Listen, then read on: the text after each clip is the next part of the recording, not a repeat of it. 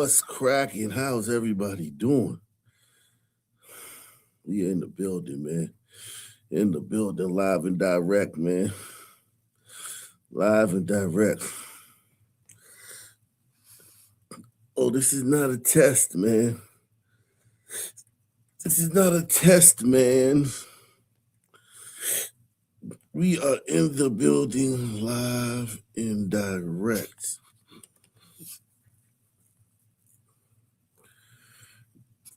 Salute to everybody out there, everybody in the building, everybody that's joining us tonight. There's a lot going on for a regular night, man. For a Monday, it's a lot going on, man. A lot going on for a Monday, man. Oh yeah, let me see. Let me make sure everything's right on track. A lot going on for a Monday, man. I mean, not Monday, a Tuesday. No, Wednesday. For a Wednesday. A lot going on for a Wednesday. I'm just sitting here looking at some of this news. I'm like, yikes. Whew. That guy, I don't know how that happened. New shit. It's Tuesday. He said it's Tuesday. Nah, man, it's Wednesday, man. It's Wednesday, man. It's Wednesday. Tomorrow's Thursday, man. Tomorrow's Thursday, bro.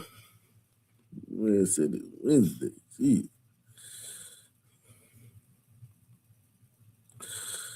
Jeez. Yeah, man. It's so, listen, crime is down. Shout out to Trump. Crime is down. Crime is down. I'll give him that. I'll give Trump that. Crime is down, man. Crime is down, man. But it's still absurd in the community, man. Even when crime is down in the black community, it's still like so bad that it's like, damn.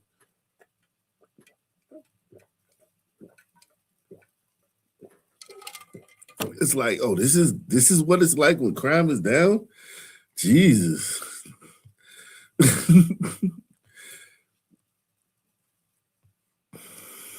It's just how we are, man. We keep it cracking, man. We'll kill your ass, man. We'll bust your melon, man. Niggas will bust your melon. Niggas will kill your ass over. You just gotta be like, yo, you niggas really want to shoot somebody? Shit.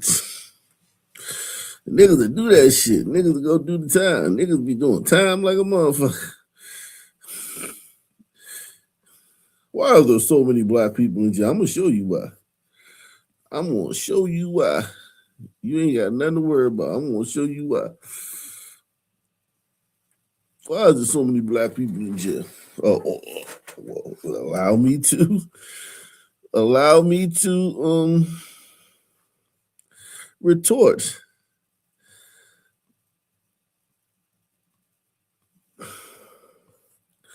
Shout out to Jacob's mother, man. Building, man. I ain't been on this bitch in a while, man.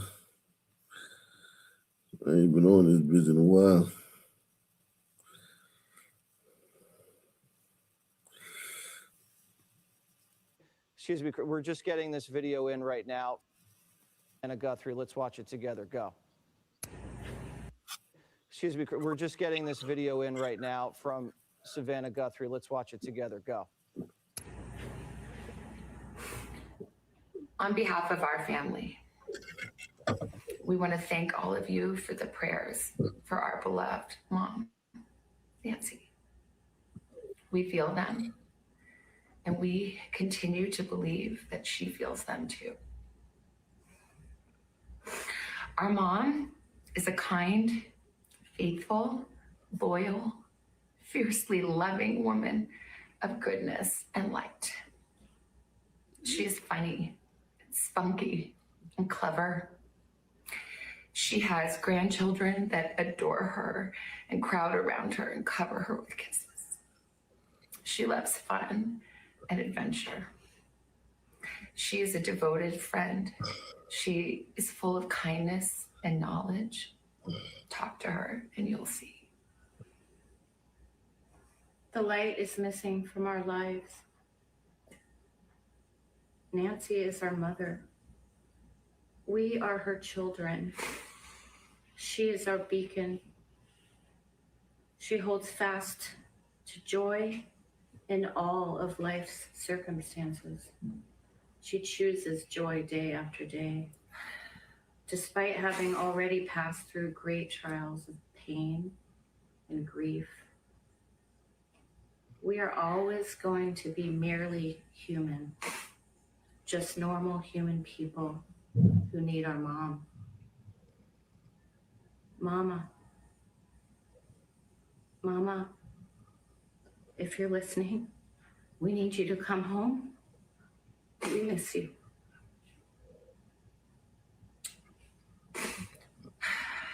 Our mom is our heart and our home. She is 84 years old. Her health, her heart is fragile. She lives in constant pain. She is without any medicine. She needs it to survive. She needs it not to suffer. We too have heard the reports about a ransom letter in the media. As a family, we are doing everything that we can. We are ready to talk. Damn. However, we live in a world where voices and images are easily manipulated. We need to know, without a doubt, that she is alive and that you have her. We want to hear from you, and we are ready to listen. Please reach out to us. Mommy, if you are hearing this, you are a strong woman. This is horrible, man. Jesus Christ. Fucking A, man. This is awful, man. This is awful, Jack. This is awful.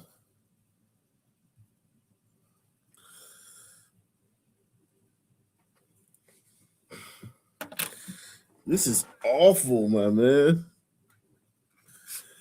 Jeez.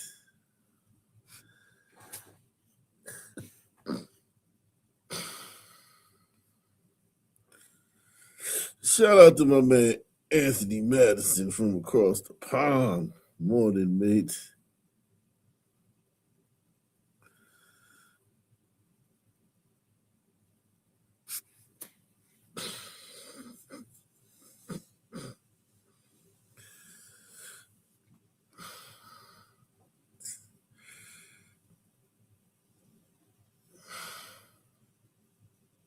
Wow. This is awful, man. This is sad, man.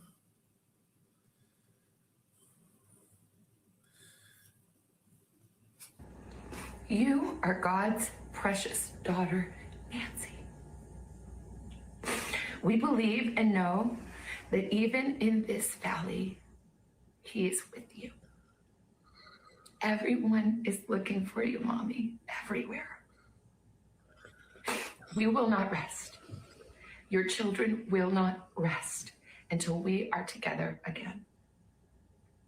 We speak to you every moment, and we pray without ceasing, and we rejoice in advance for the day that we hold you in our arms again. We love you, Mom. Love you, Mom. We love you, Mom. Stay strong. We love you, Mom. We love you. Hey, Sean Hannity here. Hey, click here Hey. to subscribe to Fox News YouTube page and catch our hottest interviews and most compelling analysis. That's sad, man. Jesus Christ. That's sad, man.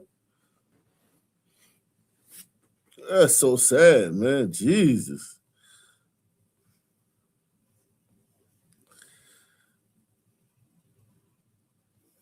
Fucking hey, man. First at 6:30 as the search intensifies for the 84-year-old mother of Today's Show host Savannah Guthrie. An unnamed law enforcement source claims a family member is now a prime suspect in her disappearance. KTLA's Mary Beth McDade live in the newsroom with the latest on a rapidly developing story tonight. MB. Micah, Savannah Guthrie and her sister Annie, alongside their brother, have broken their silence tonight. They posted this video message to their mother and her potential kidnappers. Mama, if you're listening, we need you to come home. We miss you.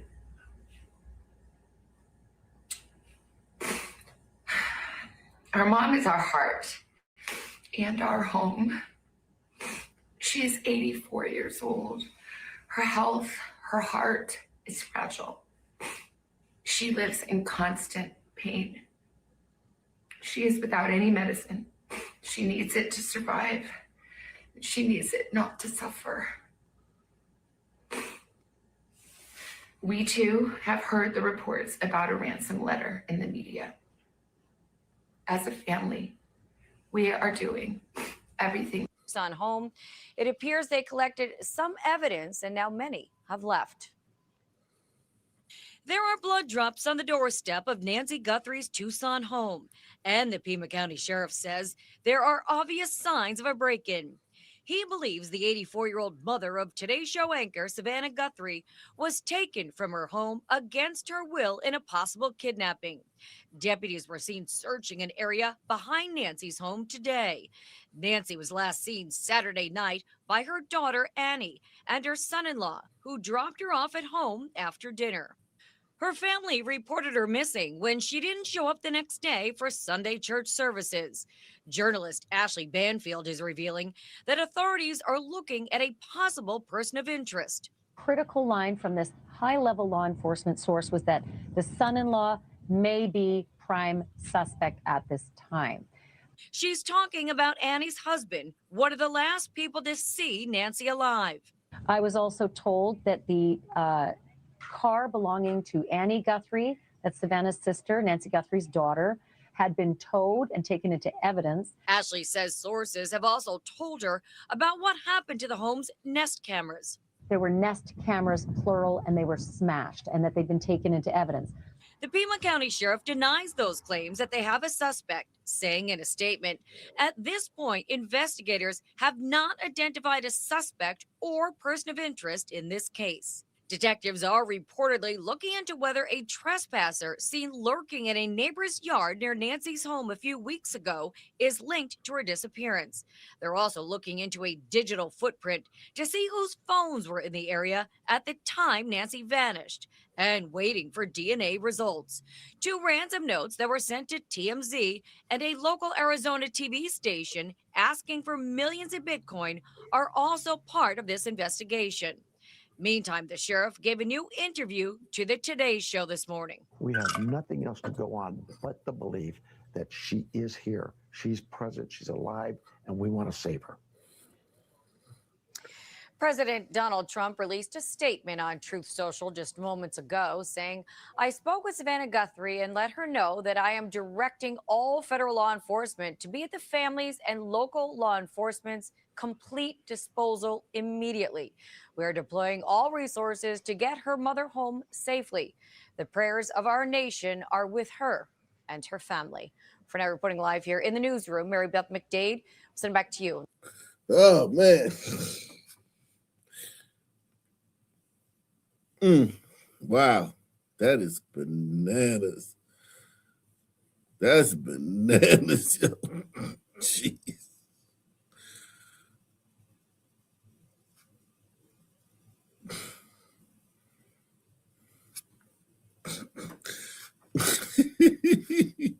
That is bananas. Let's see. Let's go around the country, man. We ain't been on in a couple of days, so we got a lot to catch up to, man. A lot of catching up to do, man. She'll support the channel, man. Take the $5 challenge. Support the channel. Support the channel, guys. Take the challenge, man. Support the challenge, man. We in this bitch, man. Support the channel, man. We out here doing the Lord's work, man.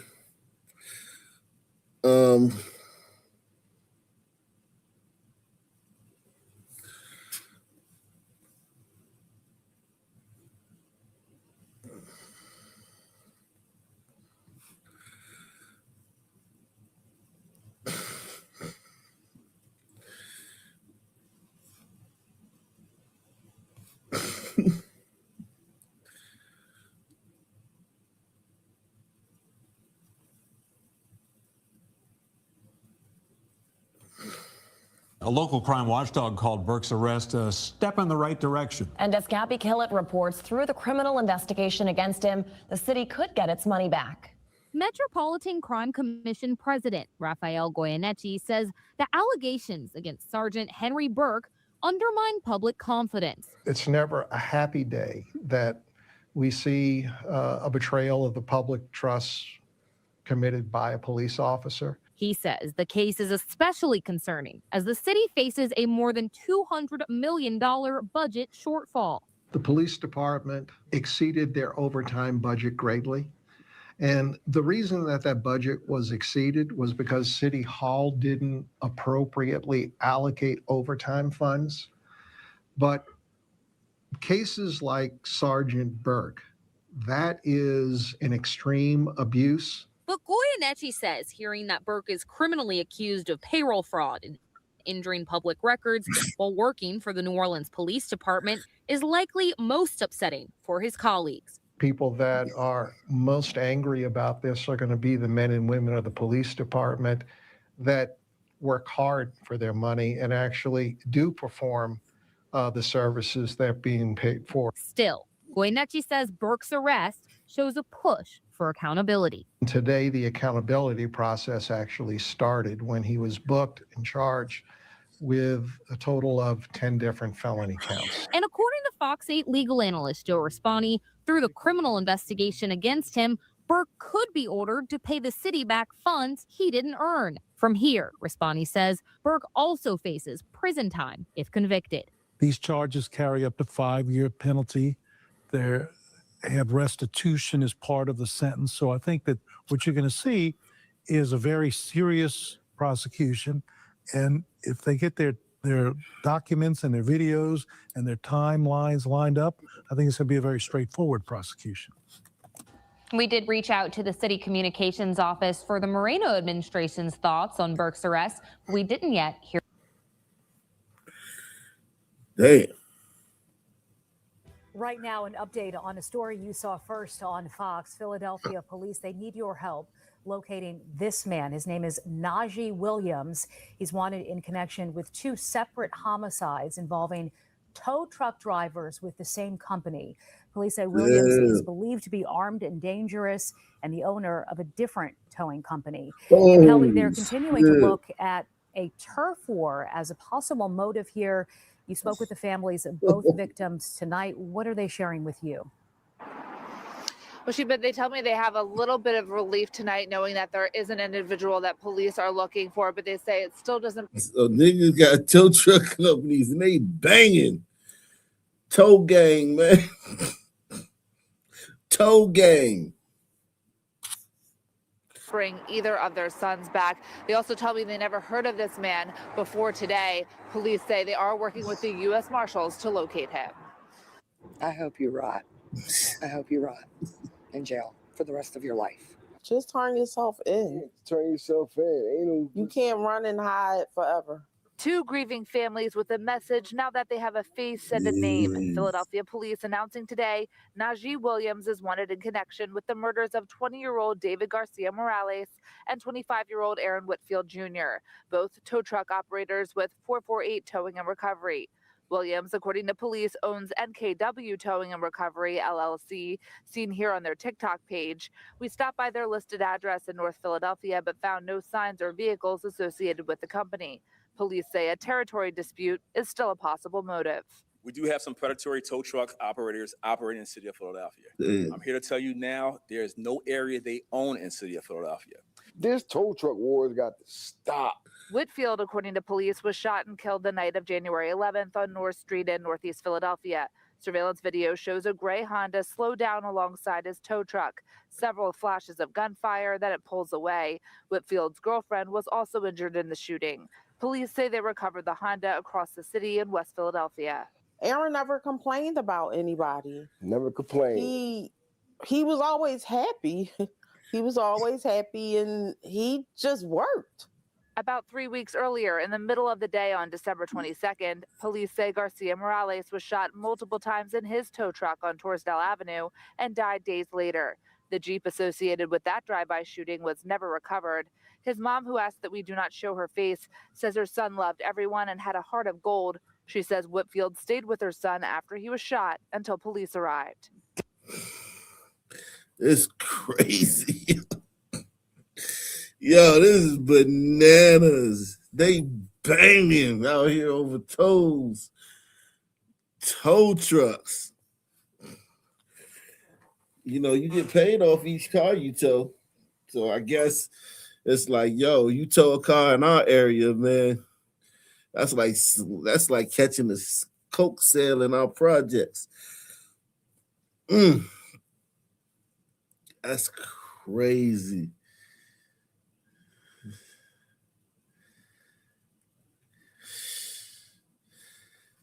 Sons are scary. Press 1, man. Sons are scary, man. This shit's scary, man. Shout out to liar chick, man. So my grandma used to whoop me with her house shoe. No one ever took her. Yeah, I'm telling you, man. Savannah Guthrie got a bunch of money, though. You ain't got a bunch of money. Savannah Guthrie worth $40 million. Who knows? Well, we're going to find out. It is probably the son-in-law. It is probably the son-in-law. Because, you know what I mean? Like, who else going to take that damn lady? Yeah, of all people, Savannah Guthrie's mom. Why not Robin Roberts' mom or Al Roker's mom? Now Michael Strahan's mom. Where are you gonna take goddamn Savannah Guthrie's mom? He was just at the hospital with us. He was hurt. He was very hurt by it. They were friends. They really were friends. And my son was just a baby. They were both babies, actually. And I feel like now that they're both laid to rest and with God, that now we can fight for justice. That's my goal now. Now, police initially said these two killings were linked to a 26-year-old man who was shot back on November 23rd and died in January. Today, they would only say that connection is still under investigation. There is a $20,000 reward that leads to an arrest and conviction. If you have any information on Williams' whereabouts, they ask that you call 215-686-TIPS or 911. Basically saying it's a gang war in Philly, a tow truck war that's done claimed 3 lives. Wow. Let's get out to Doug Evans with this conviction, Doug. And what is next for this community and that family? Hey, Tom, good afternoon, everybody. Listen, talk about a baby-faced gangster. Take a look at Kamarian Kendrick from his mugshot from a couple of years ago when Fox 5 originally covered this case back in 2023. Prosecutors would depict him in court as a stone-cold killer, unremorseful, even at trial, they told me today.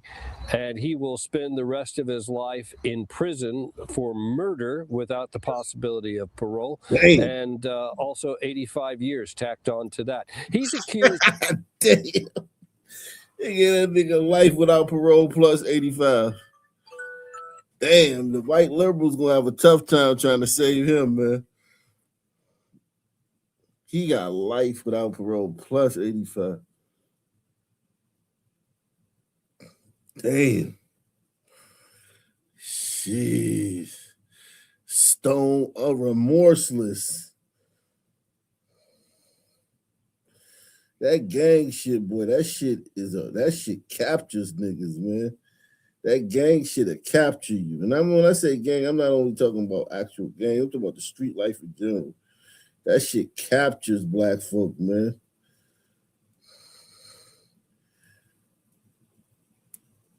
That shit captures niggas. I done seen it all my life capture niggas. That shit just taking hold of niggas and they just like this nigga on you better show some remorse in the courtroom, nigga. Try to get some leniency out this motherfucker. Of killing Emmanuel Dorsey, a 14-year-old freshman at Spalding High back in 2023 after a rival football game there at the stadium in Griffin between Griffin High and Spalding High. Kendrick accused of opening fire on a group of people there and then going on the run for 8 days. The prosecutor told me today that he ditched the murder weapon during that time, but when they found him in Clayton County 8 days later, he had another weapon, this one capable of automatic fire, they said, had been modified, a semi-automatic handgun that had been modified to operate, they said, much like a machine gun. So this kid, he's now 19, will spend the rest of his life in prison. I talked to the prosecutor as well as the chief deputy prosecutor here, Kate Linhart, about the case just a few minutes ago. I think the nature of the crime was key. I mean, it was a very, very violent crime.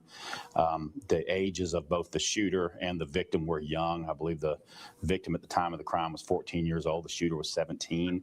So I think that struck a nerve with the jury.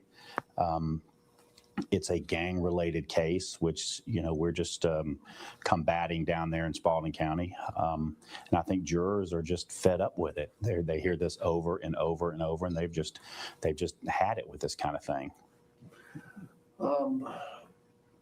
What played for the jury in terms of the victim, 14 years old? And it seems to me that maybe his family had moved him down there to get him away from gang violence. That's correct. He had only been in Griffin about 3 weeks. Had been moved from Clayton County to live with family in Spalding County just because of the violence in their neighborhood.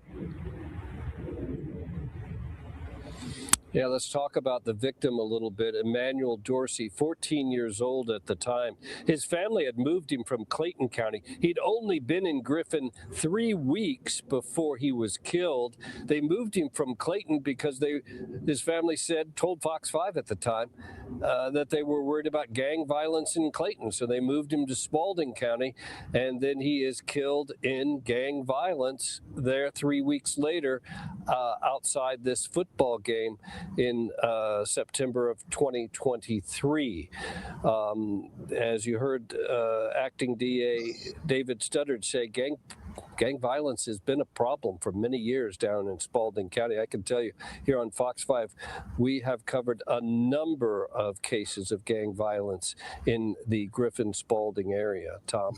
It's incredible, Doug, how the tentacles of gang violence reach to a community like the one you're in Spalding County. And I thought your question to the district attorney and the prosecutor there about, the victim in all of this, how young that individual was, 14 years old, and the sort of the punctuation mark on putting this guy away for the rest of his life, really. A family can never regain their loved one who's been killed, but what kind of closure is that providing them? Have they spoken out at all about this? Tom, one of the things that came out at trial was the fact that Kamarian Kendrick was unremorseful unremorseful after the murder, unremorseful at trial. It's something that sits hard on a community when you've got a 17-year-old at the time, now 19 years old, caught up in this horrific case and yet is unrepentant. And it just shows the problem that they're dealing with these gangs down there and how they have such a tight grip on these young kids. The family spoke with us at the time. We've not had an opportunity to speak to them since. At the time that we talked to them back in 2023, Kendrick was on the run. They had appealed to him to turn himself in. It was believed that there were people who were sheltering him at the time, and so that appeal went to them as well to do the right thing.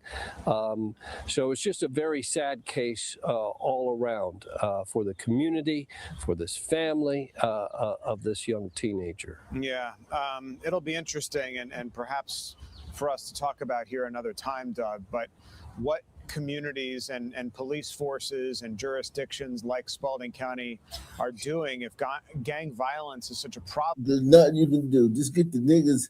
See, this is the thing about crime, right? Crime is measured in numbers and locations, right?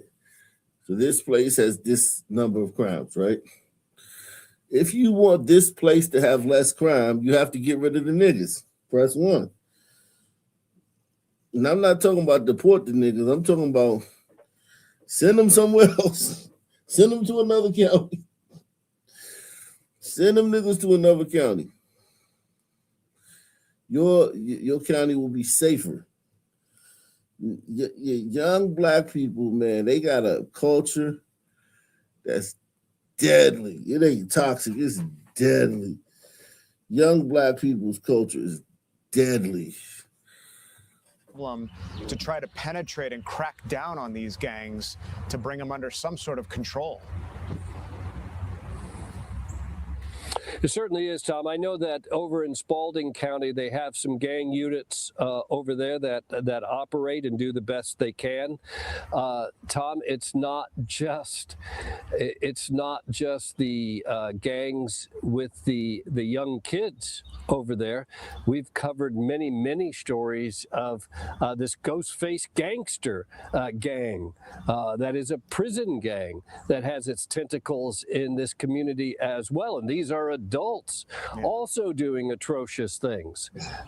So it's not just the kids, but it is a very bad problem there in Spalding County. They recognize it. There are joint task force with the Spalding Sheriff's Office, also the Griffin Police Department to combat that as well. Well, we're glad this case has finally concluded and that convicted murderer now is going to face justice and, as you said, spend the rest of his life behind bars. Doug Evans reporting live for us. Doug, thanks. Jeez. Now to a story you'll only see on 4 tonight. A family left with questions. Shout out to my man, Alexander Barron. He says, dude, you need to start earlier. Lucky I couldn't sleep. Yeah, I started at 11, man. Last time I started at like 12. Yeah, I got to start early. You're right. Problem is, man, I have multiple channels. I got a lot of work to do. I ain't going to complain, man. It is what it is, man. Let's keep it pushing, man. Hit that like button. Smash that super chat. Smash that super chat. PayPal, Cash App, super chat. You can go to the support me link in the description box. That'll take you to my website. You can donate there. If you can't donate on PayPal, Cash App, or super chat. If you can, please do so. We going in, man. A lot of crime to cover tonight. A lot of different stories to cover tonight. And heartbreak after his act of kindness. Now to a story you'll only see on 4 tonight. A family left with questions and heartbreak after his act of kindness led to his death. Jordan Burrell hears from loved ones struggling to understand why he was shot while trying to keep a person out of the cold. I used to tell him all the time not to be picking up people off the side of the road anymore. Like, he did it a lot. If he seen somebody walking, he was picking them up and taking them as far as he could. That's who this family says William Palmer was, someone who couldn't ignore a person in need. The glue to our family's gone. Sunday morning, just before 2.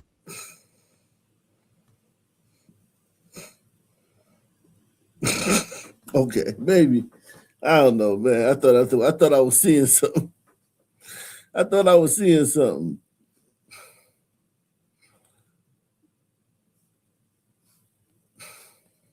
Sunday morning, just before 2:30, police say they responded to a shooting call on North 9th and Olive. They found William Palmer shot. He was pronounced dead at the scene. According to court records, this woman, Brittany Rivoire, faces multiple charges in the crime, including first-degree murder. Palmer's fiance, Ryan, says he loved to collect scrap metal, and that's what he was doing Saturday night. And if there was a dumpster in sight, he was looking at it.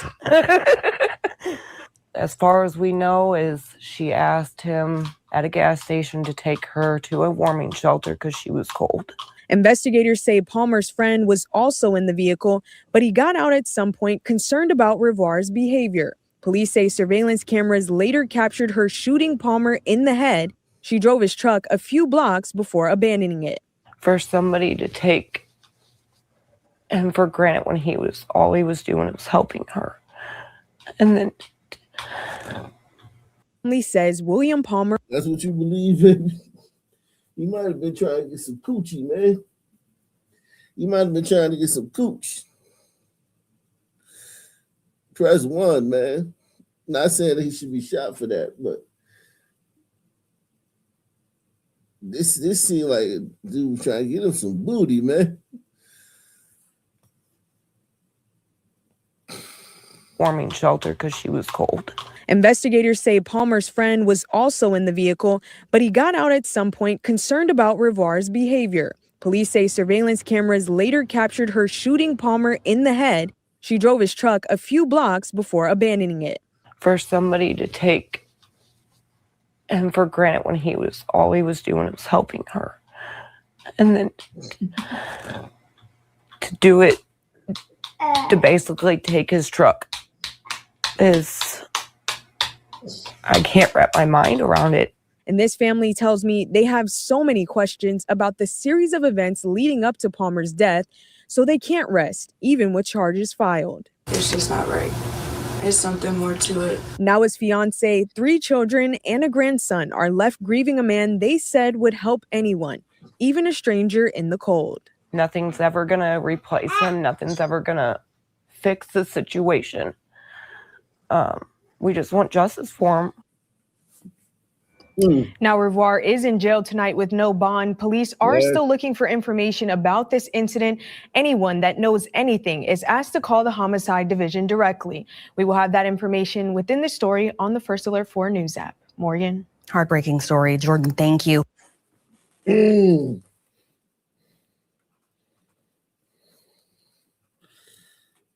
Wow.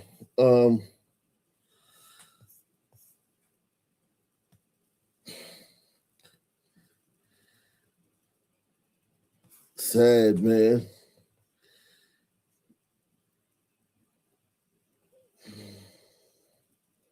Jeez. We have a new development that we know that you are not aware of yet, but we also know that it will become a newsworthy item. And therefore, we're going to go ahead and share it with you. We don't have a lot that I can tell you. But as of this morning, ICE did indeed take into custody one of our police recruits who is we hired and was in the police academy at the time. We've had conversations with ICE regarding this. There was no struggle involved in any of it. The person was actually, the recruit was taken into custody without any incident whatsoever. So what you would want to know about this particular person is that on our end, when we were doing the hiring process, there was nothing that was in the packet that would have us have reason to believe that this person did not have legal status. There is some question that may have developed later, but there was a signed order by a judge for his removal back in December. We hired him way before that. Boy. So we got. So ICE logging, finding police officers, illegal migrant police officers, man. Yeah, Trump. Full steam ahead, man. These motherfucking illegals is police officers now. Jeez, they're gonna be a doctor. Doctors and illegal immigrants and shit. We gotta nip this shit in the bud, Trump. We really gotta nip this shit in the bud.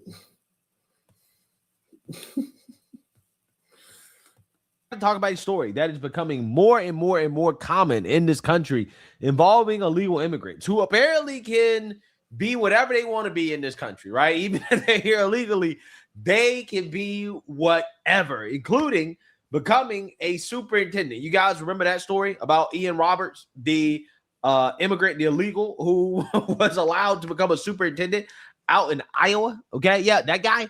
Yeah, he has now pleaded guilty to his charges. Former Des Moines School Superintendent Ian Roberts appears ready to plead guilty to a pair of federal charges. Immigration agents arrested him in September, and tomorrow he will appear in federal court to accept a plea deal. WHO 13's Katie Kaplan is following the developments. Now, Roberts. Damn, that guy, man, he was the talk of the fucking world. He was the talk of the world. Could end up spending years in. He was the talk of the world for a minute, man. Just goes to show you. On to the next story, man. Once the media done getting ratings off you, they go to the next story. Whatever that story may be. Later this morning is sentencing, a hearing at least scheduled, in the drunk driving crash that killed 3 people in Prince George's County 2 years ago, including a rookie NFL football player. Fox 5's Stephanie Ramirez is live this morning at that courthouse with more details. Steph. Yeah, guys, 25-year-old Corey Klingman is the woman who's going to be sentenced today. The hearing scheduled to get underway at 10 o'clock this morning. Now, she's accused of killing 3 friends, including 24-year-old Kyrie Jackson, who back in 2024, the very same year this fatal crash, had been drafted to the Minnesota Vikings. Now, Jackson and his 2 former high school teammates who were in the vehicle with him. This is 23-year-old Isaiah Hazel and 24-year-old Anthony Litton Jr. They were all in one car. Klingman was in another. Authorities saying Klingman caused the crash, swerving her car into their lane after clipping another vehicle. Klingman, according to prosecutors, was driving 109 miles per hour and was legally drunk. Now, in the other car, Hazel was found to be driving at 130 miles per hour. His car spinning out of control, striking a tree stump. We're told the 4 were at a nightclub. 130, 109, they were racing. Press 1. They were racing. 130 and 109, they were racing.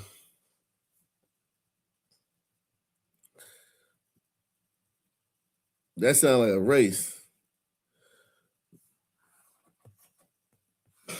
Prior to the fatal Route 4 July 2024 crash. Now, Klingman pled guilty last year to 3 counts of negligent homicide by motor vehicle while under the influence of alcohol. That is 1 count for each person killed. This is her attorney speaking last year.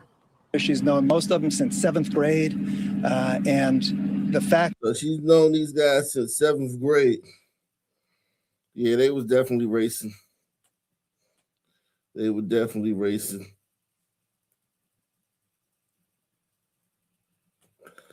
They were definitely racing. That when it was time to celebrate their lives, given the fact that the allegation is that she was the one that caused their demise, she was unable to properly grieve, properly celebrate their lives, and attend the funerals of people that she cared dearly about.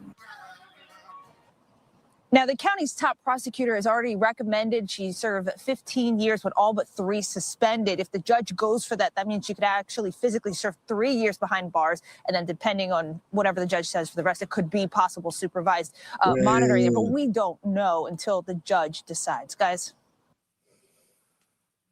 3 years. Yikes.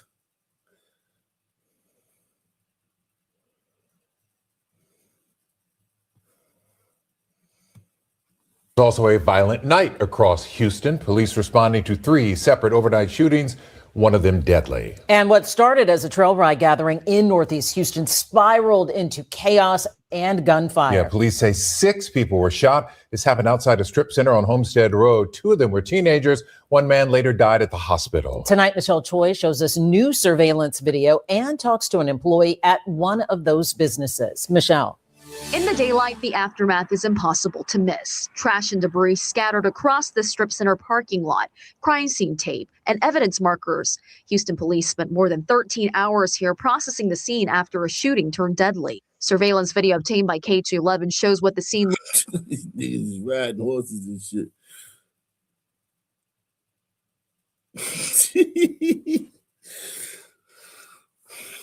There's a lot of Negroes, man, in one spot, man.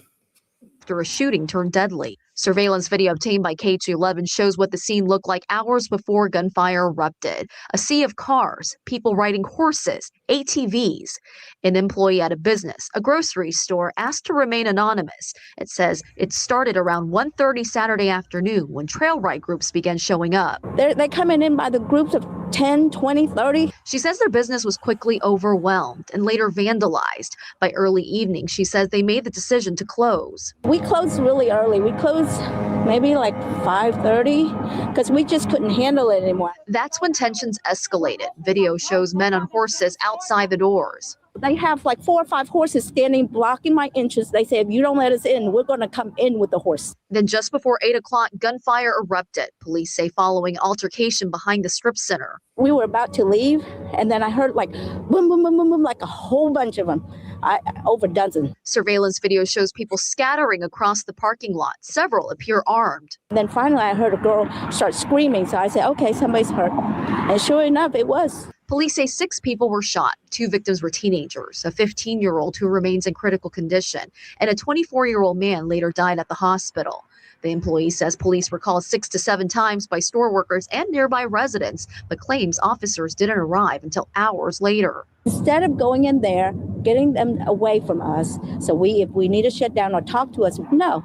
They're standing out here directing traffic until chaos broke. We reached out to Houston police to ask for a timeline of calls for service. A spokesperson says those details won't be available until Monday, but says officers initially responded to traffic hazards after vehicles blocked surrounding roadways when they heard gunshots. Police believe multiple shooters were involved. In Northeast Houston, Michelle Choi, KHOU 11 News. Jeez. Fucking A, man. We're learning more about a man who was detained at the Burlington airport this month. Immigration agents detained Hussein Noor Hussein on January 1st. Court documents show he's currently being held in St. Albans at Northwest Correctional Facility. NBC5's Anna Goober has been looking into what led up to this. Anna, what have you learned? This is Burlington, Vermont. Burlington, Vermont.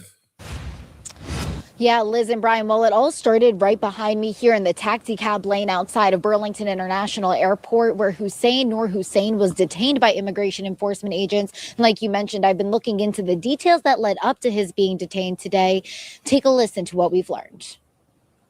Marion Mallon says New Year's Day took a frightening turn after getting an alarming call that immigration agents had detained her friend outside Burlington International Airport. I got a call from Hussein's wife, Rumbila is her name. Mallon said Hussein Noor Hussein's wife was working at the airport when security told her husband, a taxi driver, had been taken from his car by agents in unmarked vehicles. I watched that video. They literally just took him from he was working. Yes.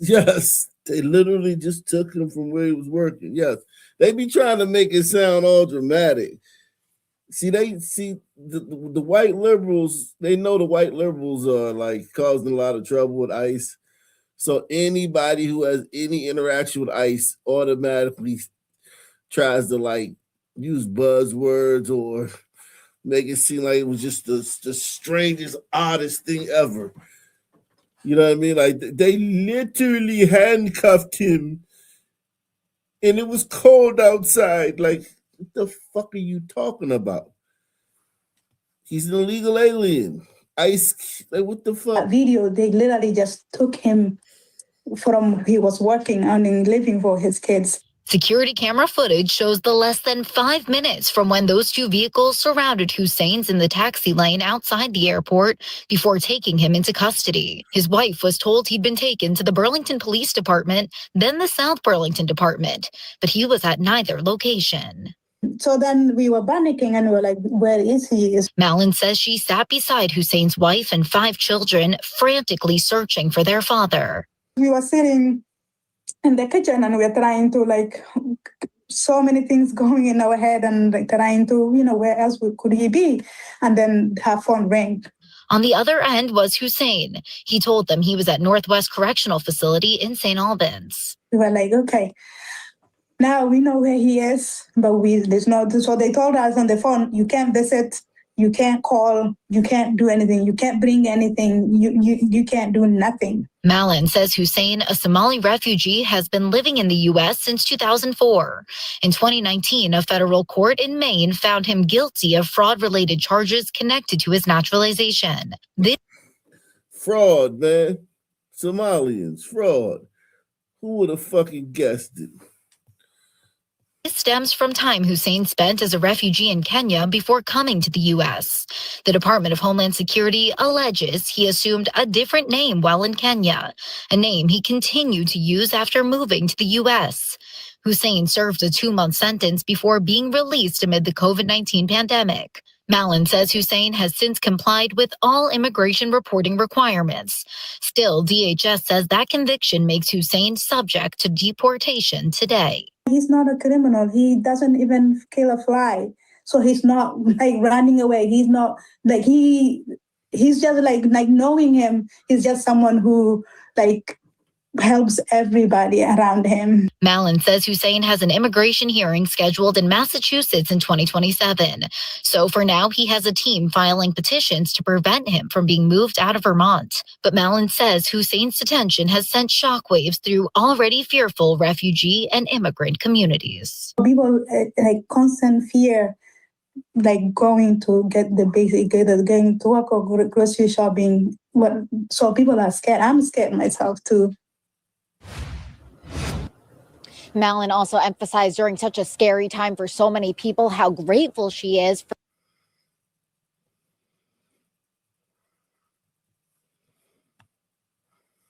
The man detained by immigration enforcement agents at the Burlington International Airport last month, is back with his family tonight. A federal judge ordered Hussein Noor Hussein to be released on bail after more than a month in detention. This security footage obtained by NBC5 shows what happened back on January 1st when 2 unmarked vehicles surrounded the taxi cab driver before agents took him into custody.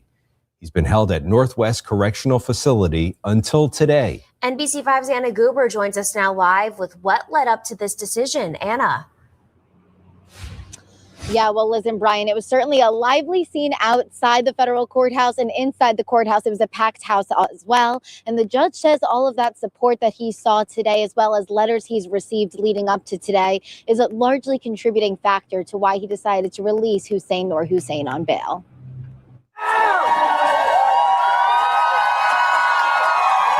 A day of relief and celebration for Hussein Noor Hussein, his family and supporters, after a federal judge in Burlington ordered the Somali refugee be released on bail. So much emotion going through right now, you don't even understand, because I'm just overjoyed, overwhelmed with happiness because now he gets to rejoin. He makes our family whole. Hussein, the owner of a local taxi company, has lived in Vermont since 2013. He was on duty at Burlington International Airport on New Year's Day when security footage shows 2 unmarked vehicles surround him. And within minutes, immigration enforcement agents take him into custody. Court records show the arrest stems from a 2019 conviction after Hussein applied for naturalization and a U.S. passport under a different name. His attorney says he adopted that name after fleeing persecution in Somalia. But in court Wednesday, the judge noted Hussein has already served his sentence and complied with every immigration requirement since. The judge also noted Hussein has never committed another crime in the U.S. and said the more than 40 letters he received supporting Hussein, the dozens who packed the courtroom, and the crowd cheering outside spoke volumes about his character. The judge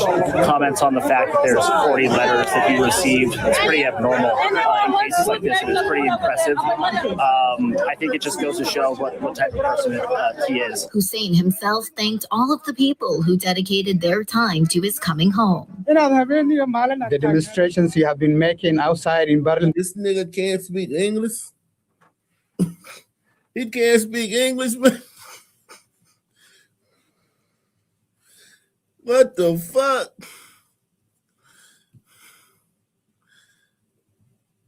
Yo, man, you gotta learn how to speak English, man. You got 6 months to learn how to speak English, nigga.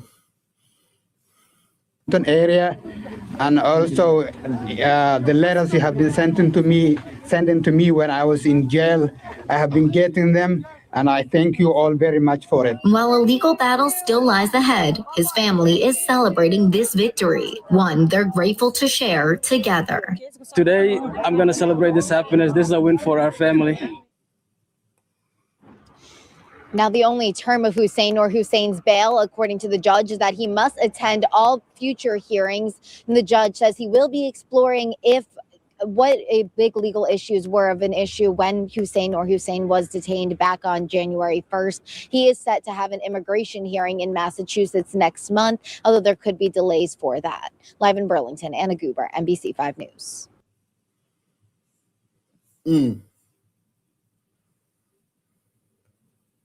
The woman accused of shooting and killing a man outside of a Burlington bar was back in court today, changing her plea.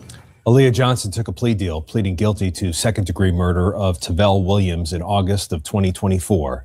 The Johnson and Williams families filled the courtroom today, where a judge delivered Johnson's sentence. NBC5's Anna Goober joins us outside of the courthouse now. And Anna, it was an emotional day in that courtroom. Yeah, Liz and Brian, it certainly was, as the judge handed down a sentence of 20 years to life for Aaliyah Johnson, but he then split that sentence so that she will only have to serve at least 13 and a half years in prison before she could be eligible for probation. But like you mentioned, it was certainly emotional, with plenty of her friends and family and Tavell Williams' friends and family filling the courtroom today. And we watched the moments that led up to the shooting that we're talking about, that led up to this case. We're going to show you that now, and we want to warn you, some viewers may find the following footage disturbing. What's your plea to the charge of murder in the second degree? 23-year-old Aaliyah Johnson will face at least 13 and a half years behind bars after accepting a deal and changing her plea of not guilty to first-degree murder to guilty of second-degree murder in the shooting and killing of Tavell Williams outside Burlington's Red Square Bar in 2024. Security camera footage played ahead of Johnson's sentencing in court Thursday shows the all of 2 minutes that led up to when she pulled the trigger. Investigators say it all started here just after 12:20 the morning of August 24th, 2024. Johnson, 22 at the time, threw her drink at Williams, sparking a physical fight between the two and surrounding patrons, before bar staff step in and escort Johnson out the side of the building and Williams out the front. Then, just moments later, as Williams walks out onto Church Street, Johnson can be seen coming around the side of the building, pulling a gun from her purse. That's first-degree murder, man. How is that second-degree murder? How is that second-degree murder?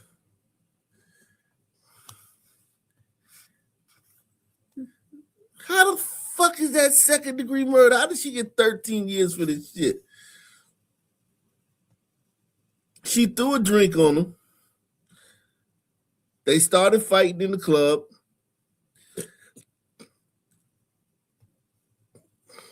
The club let her out the back, let him out the side to separate them. She went, got a gun, and came back and shot him right in front of the club in broad daylight.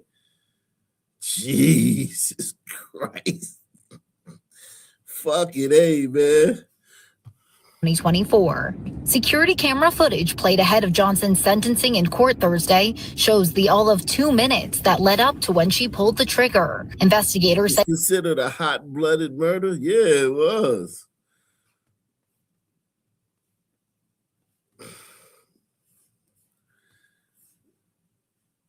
Salute to Eric S. Opp Nation Hall of Fame coming through once again, man. She said, there was a Sunman on Sunman in my tiny town of Fordyce, Arizona. Unalive. Not sure what the motive was. Pine Bluff, Arkansas. Ties, it appears. Hey, man, we might have to check it out. We might have to check out Arkansas, man. Fucking A, man. This is Vermont. This is Burlington, Vermont. Burlington, Vermont is getting crazy. I wonder why. I just can't put my finger on why Burlington, Vermont is starting to get like crazy now lately. 4. Security camera footage played ahead of Johnson's sentencing in court Thursday shows the all of 2 minutes that led up to when she pulled the trigger. Investigators say it all started here just after 12:20 the morning of August 24th, 2024. Johnson, 22 at the time, threw her drink at Williams, sparking a physical fight between the two and surrounding patrons before bar staff step in and escort Johnson out the side of the building and Williams out the front. Then, just moments later, as Williams walks out onto Church Street, Johnson can be seen coming around the side of the building, pulling a gun from her purse and firing 7 shots at Williams, who later died from his injuries. Damn. In court, Williams' 2 sisters and mother, all deeply emotional, wore t-shirts in his honor. One sister sharing the profound impact his death has had on his family, including his 2 children. His children deserve their father. Our family deserves more time. But his life was cut short due to decisions that Johnson made. It's been exactly 523 days without him, and our lives have been at a standstill. We miss him so much. Dozens of Johnson's friends and family also packed the courtroom, listening as the defense called witnesses who testified to a history of trauma and undiagnosed PTSD contributing to her pulling the trigger that night. Just a history of trauma and undiagnosed PTSD. From what? Living in the Black community? before learning her fate, Johnson shared deep remorse while speaking directly to Williams' family. Mother, I wouldn't even want to hear what I had to say if I were you, Miss Williams. I wouldn't be able to fathom the loss of my beautiful baby. And I'm sorry I did exactly that to you. I'm so sorry. The judge says it's one of, if not the only case he's heard where true tragedy has been felt on all sides. I think it's fair to say that rarely, if ever, have I been involved in a case that, every info involves tragedy, loss. The judge ultimately handing down a sentence that leaves Johnson serving at least 13 and a half years behind bars before being released on probation. He says during that time, he believes she'll get the help she needs.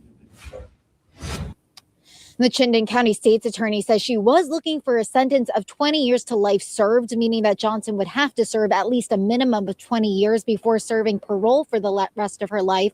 But she says the remorse that Johnson displayed during her statement today largely contributed to the judge's decision to hand down a lesser sentence. Live in Burlington, Anna Goober, NBC 5 News. Hey, remorse, man. Remorse. She got remorse, man.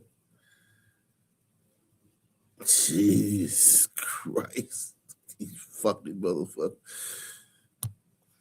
People now under arrest after a deadly mini market shooting in Little Havana last year. And Local 10's Terrell Fournier is live in Little Havana tonight with the charges those suspects are now facing. Terrell.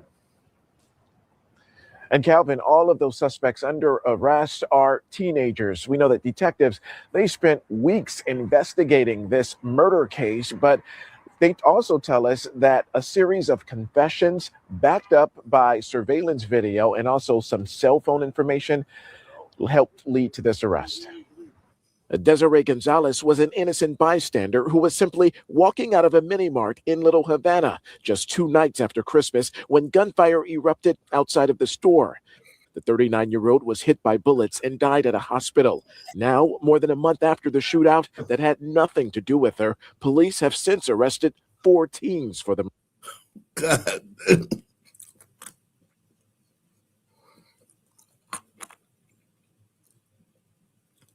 No admixture, man.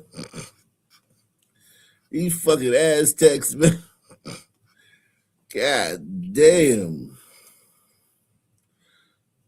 Look at these motherfuckers, man. Jesus Christ. Hair just everywhere.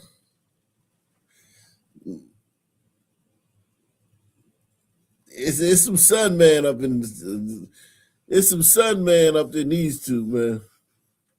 These two got some sun man in them. Press 1. These two got some sun man in them. Everybody support the channel. Hit the PayPal, Cash App, Super Chat. Sponsor the show. You said Cubanas? Jeez. That's a rough looking crowd, man, right there. murder. Arrested pursuant to an arrest warrant charging you with accessory after the fact, a first-degree felony, and tampering with physical evidence. 18-year-old Mauricio Baquindano was the first person to be hauled in by detectives. We've learned surveillance video showed 4 individuals on a pair of motorized bikes riding by the market that night. The passengers on each are seen with handguns, taking aim at 2 men standing out front. Detectives have identified both of those gunmen as 18-year-old Jefferson Herrera, who they say was on the bike being steered by Baquindano, and 18-year-old Christian Reyes, a passenger accused of being on the other bike. You were arrested pursuant to an arrest warrant charging you with 1 count of first-degree murder. In an arrest warrant, investigators detail a beef that happened a short time prior to the market shooting that involved Baquindano and 18-year-old Abraham Estrada Solano. Cops say someone pointed a weapon at Solano, who then went back and told his acquaintances. That's why the teens were on motorized bikes that night, according to police, allegedly looking for revenge, and found the 2 intended targets outside of the store. However, the bullets that police say they fired missed those individuals and fatally struck Desiree. And this is that small memorial that neighbors have placed here in honor of Desiree. They tell us that she was a very familiar sight in this neighborhood. She was homeless, but a very friendly person to be around. Nonetheless, we know that all 4 of those teenagers, they remain in jail tonight. However, 2 out of those 4 are being held without bond. We are live in Miami's Little Havana neighborhood. I'm Terrell Forney, Local 10.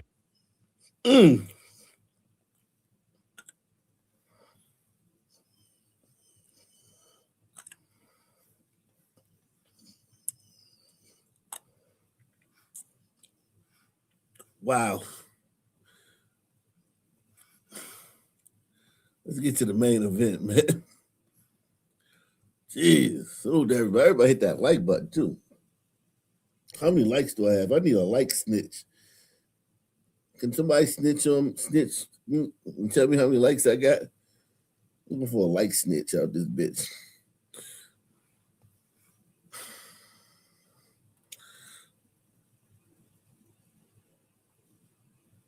He said the bullets fatally struck a woman who has consistently voted to welcome her killers. Yeah, man, let's get 100 likes. Let's see if we get 100 likes real quick, man. Every single person hit the like button, man.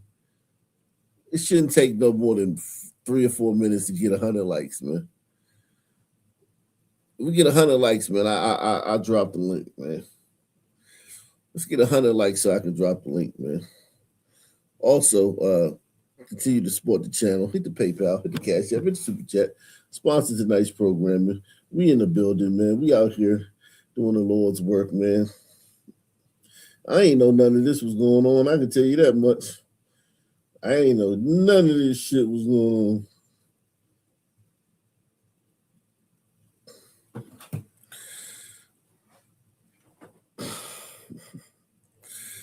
Yeah, man.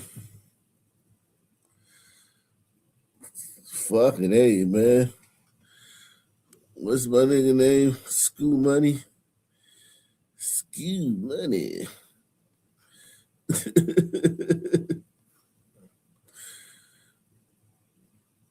How many likes we got now, man?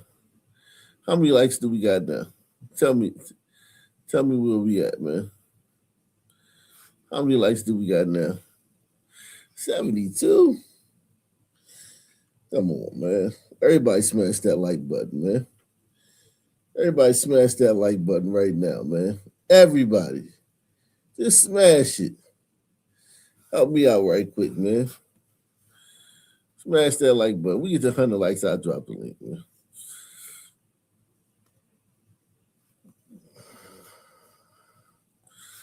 So, 26-year-old woman was shot and killed in Chicago today after gunmen ambushed her car, the car she was in, while her baby sat in the back seat, unharmed. The male driver, Scoob Money, was wounded but is in stable condition. Apparently, he posted his location right before the shooting. Jeez. That nigga posted his low. That nigga posted his location. He like, man, fuck that shit, bro. Catch me if you can. Look at these niggas, man. This is broad daylight. This shit gotta be punished, man. Like, this ain't no regular crime, man. This is broad daylight. Look at all the people ducking for cover, man.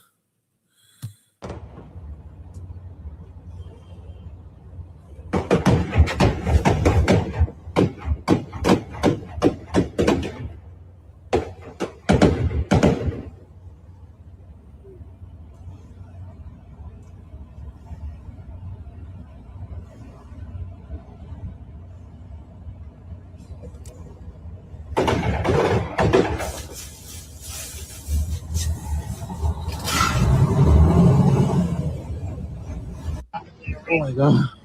Oh my god. Huh? Damn.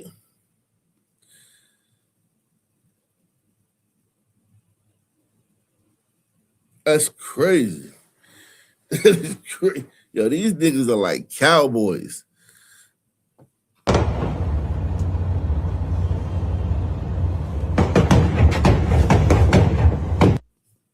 These niggas are like literal cowboys, man.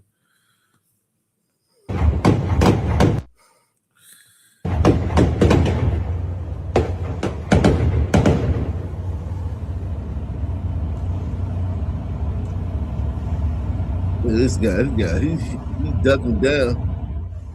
He's trying to. And he came back to his job. Oh my god. Oh my god. Huh? He must have shot at him. He must have been shooting back. They got on him.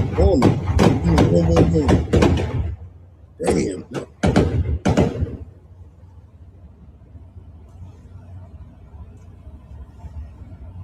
You know, all the niggas got shit stains in their drawers and holes in their socks. Press 1. All them niggas got shit stains in their drawers and holes in their socks.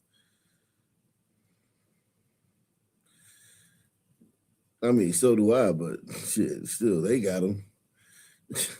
They got them too, though. They got them too, motherfucker. Shout out to my man, Captain Coke, man, gifting 5 Arc Nation membership. Salute to you, man.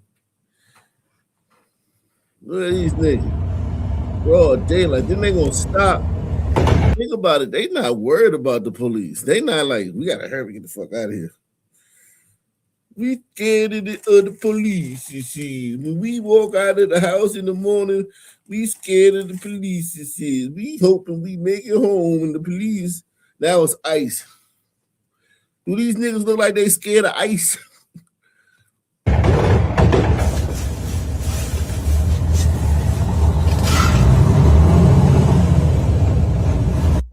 Oh my god. Oh my god.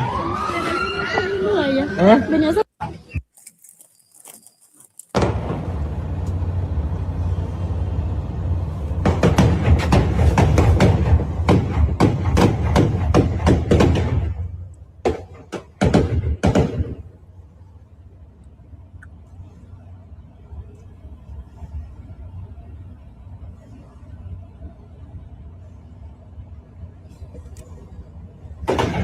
These are cold-blooded gangsters, man. These are cold-blooded gangsters. Okay? Cold-blooded gangsters.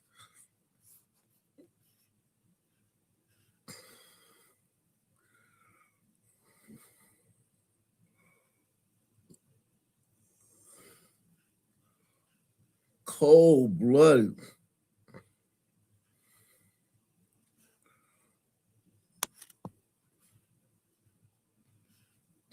That's some crazy shit. Cold-blooded gangsters. These niggas.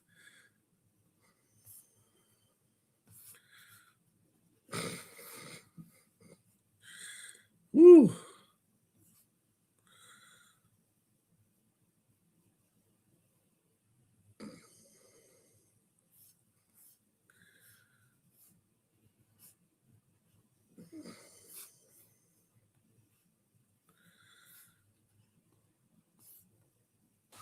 I am personally offended by what was presented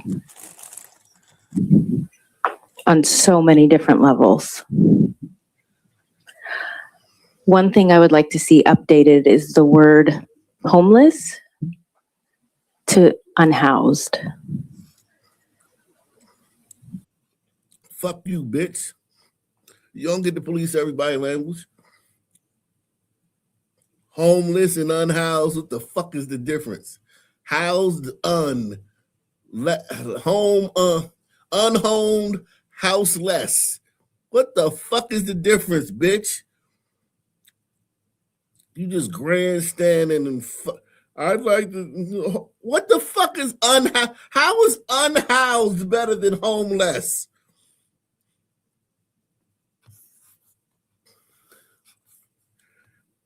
How the fuck is unhoused better than homeless? You fucking bitch. Fuck you. Fuck you, bitch. How is unhoused any better than homeless?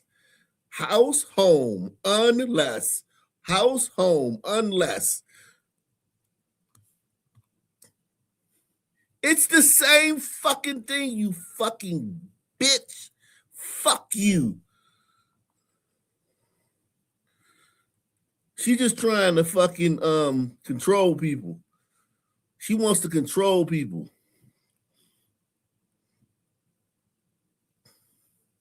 Unless. Home, house. House, home. Less, unless. Home, house. Home, less. House, less, unhomed. It's all the same fucking thing. You fucking bitch, you. Fuck you. Nah, man, we got to stop pushing back. These people are not, they're not mad about anything. They're just exerting control. Press one. They're exerting power. They're using this woke shit to exert authority over us.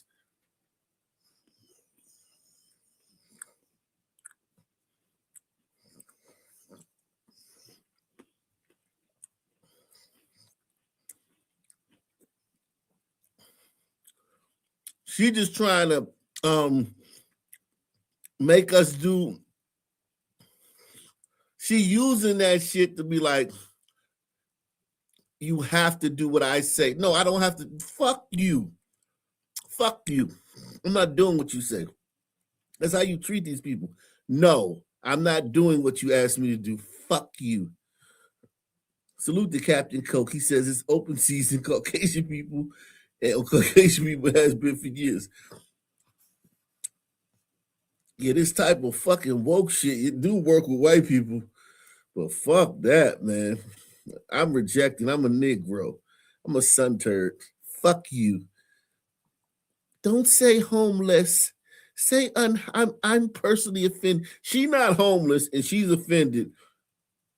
Homeless. We've been using that word for fucking 1,000 years.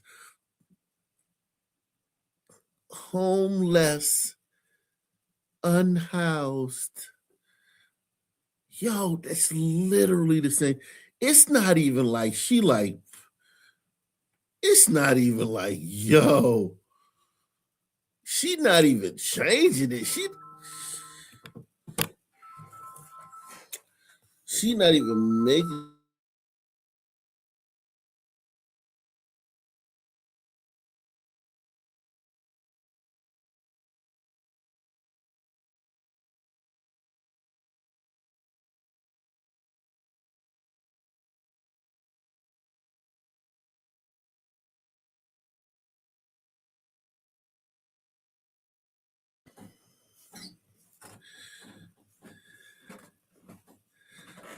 Yeah, man, this is crazy. Let me drop the link, man.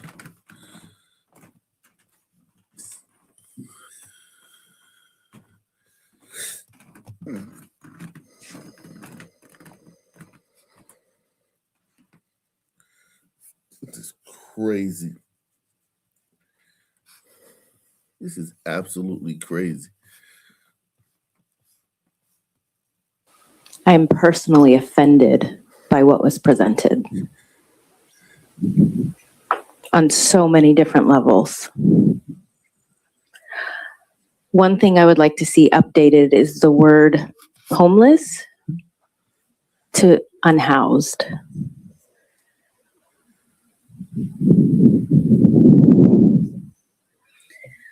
I'm not done. Can I just don't want Mr. Berman to for this to be on him. That's the way our state of California, that's the language that they use, and that's their That doesn't mean that's the language we have to use. I'm those are just their making titles. a statement, and I I'd know. like I to just have want my to make time to sure that finish. I'm personally offended by what was presented.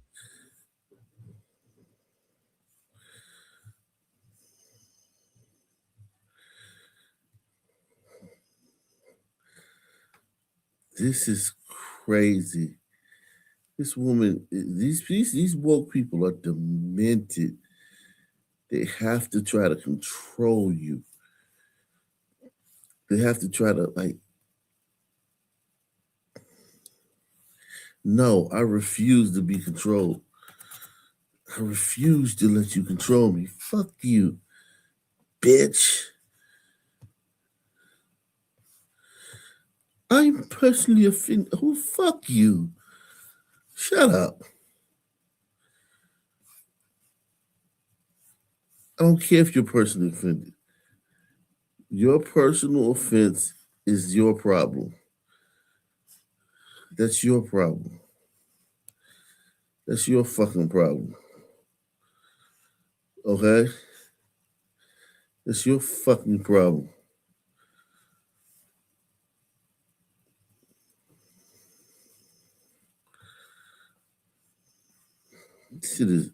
This is unconscionable, man. Are you kidding me? Homeless, unhoused. It's not even like there's no case there. Like, at least with the woke shit, they be like, don't call them pedophiles, call them minor attracted people. Like, at least that's a different, like, fucking context, like pedophile, minor attracted people. Like, this is homeless, unhoused. It's like the same fucking thing.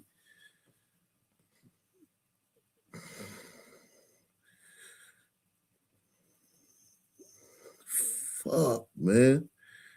I don't know why that pissed me off so bad, man. That did, though, man. That shit pissed me off, man. That shit pissed me the fuck off. I ain't gonna lie, man. That shit, man. I wanna, yo.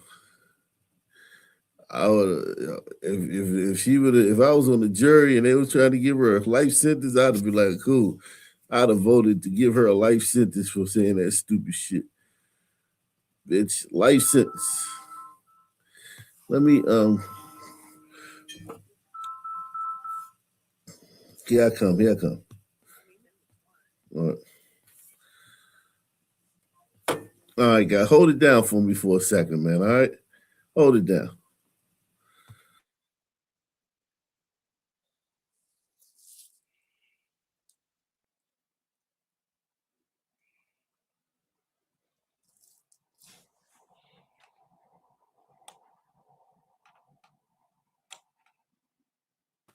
You can start talking at anytime you feel like it. That thing you did the other week, I wasn't in the show then. These serial killers. Was it 8 people that killed or something? Hack? You there? Hack?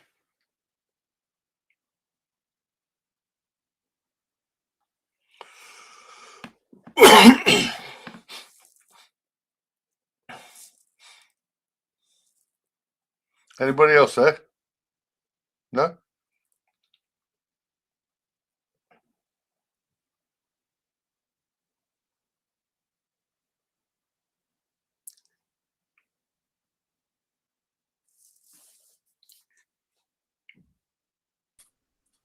Yo, what's up, Alexander? Hi. You watching the Super Bowl or what? On Sunday? No, I don't follow any sports. I've never got into this American stuff anyway. This You don't even watch football? No, like, no, like world football? No. Were you in the program the other week when he was doing that about those 8 those serial killers who killed 8 people? No. Well, but just so I understand though, you're not watching the Super Bowl? No. Well, what about the halftime show though? About what? Do you know who Bad Bunny is? I heard this some twat who insulted Trump, wasn't he? He insulted who? Trump. Oh. You never heard that one song? Debí tirar más fotos las veces que pude. That's not my kind of Debí music. darte abrazos las Not veces que my kind of pude. music. No, not okay. Just checking. The nearest thing to that I like is Santana. Oh, Santana? Yeah. Saw him in 1976. Yeah, I know who Santana is. Maria, right? Samba Pati. Yeah, people are pretty upset about Bad Bunny in the halftime show. Well, they don't know what talking about these idiots today. Oh, they were talking about it here yesterday? No, no, Bad Bunny, people like that. They don't know what they're talking about. Oh, over there in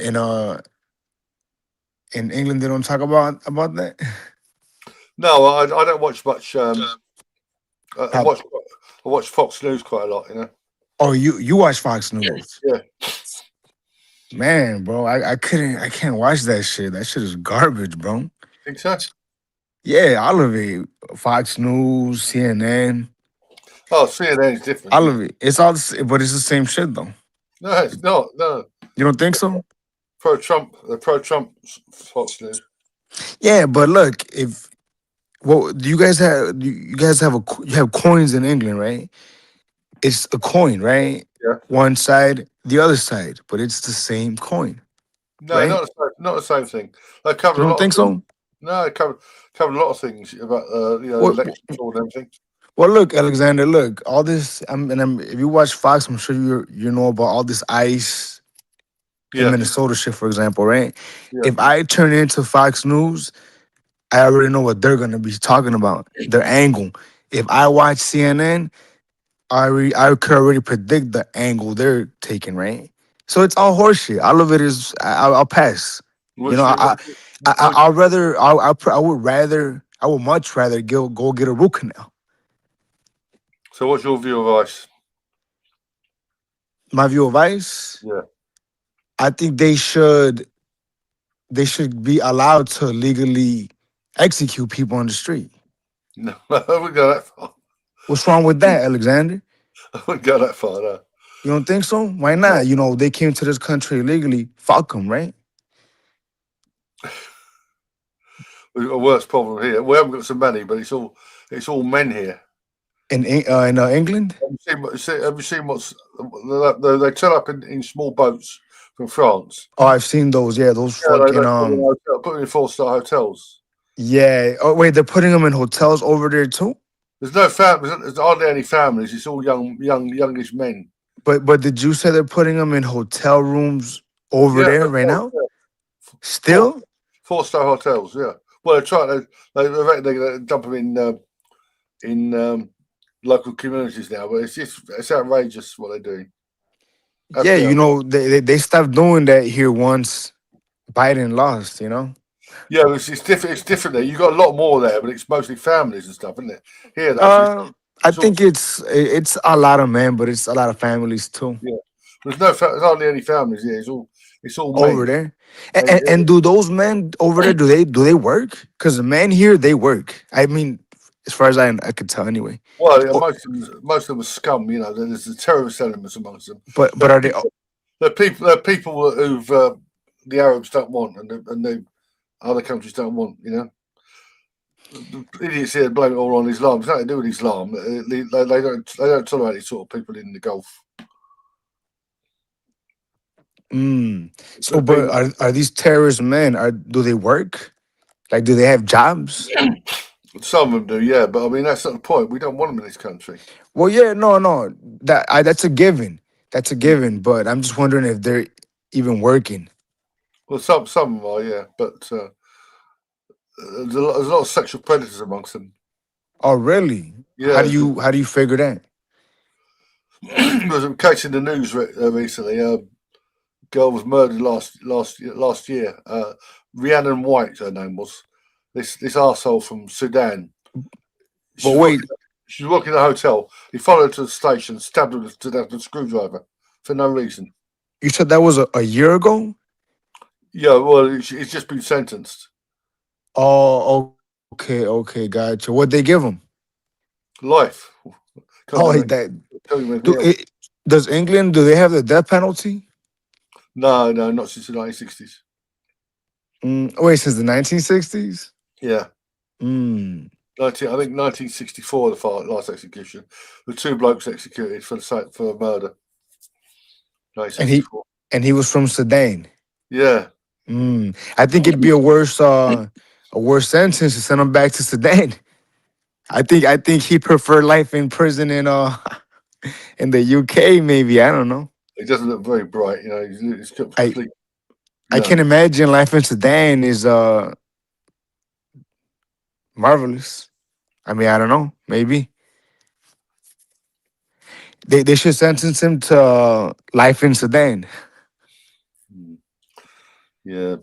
Hey, Alexander, did you see the video I put earlier with the shooting in Chicago? Yeah. What do you think about it? It's right in the middle.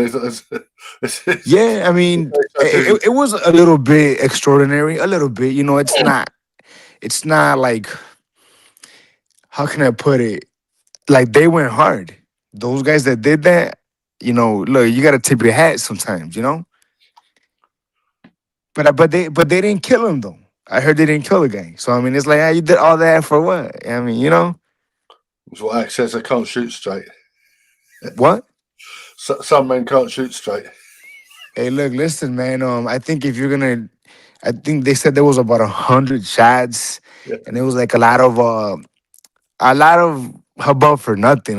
Apparently, they killed a girl.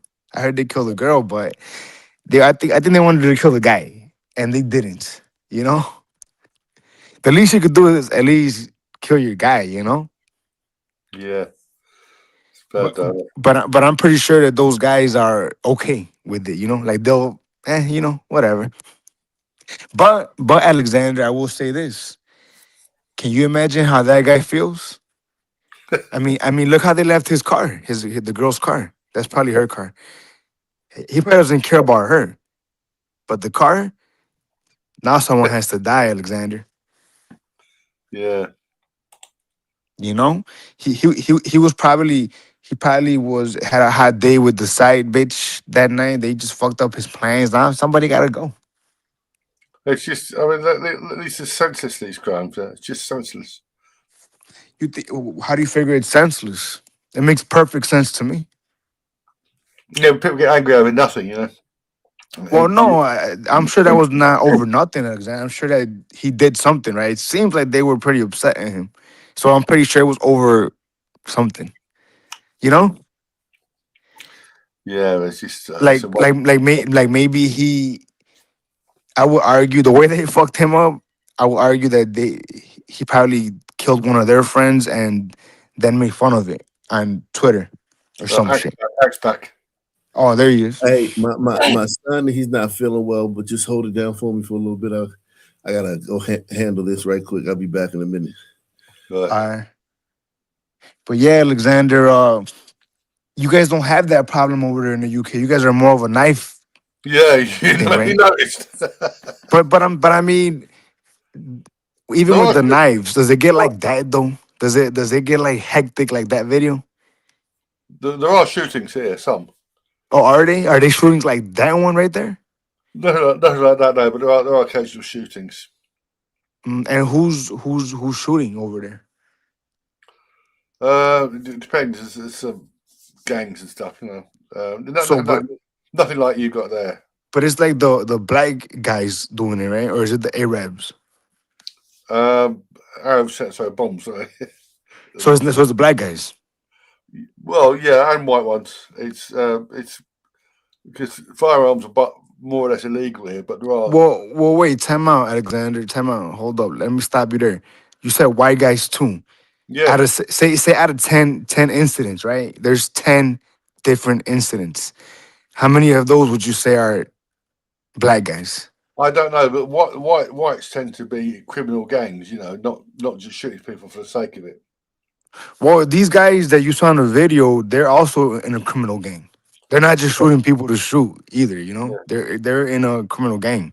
Yeah, when I say criminal gangs, I mean to make money. Like mafia? Oh, okay, yeah. These guys are probably not mafia.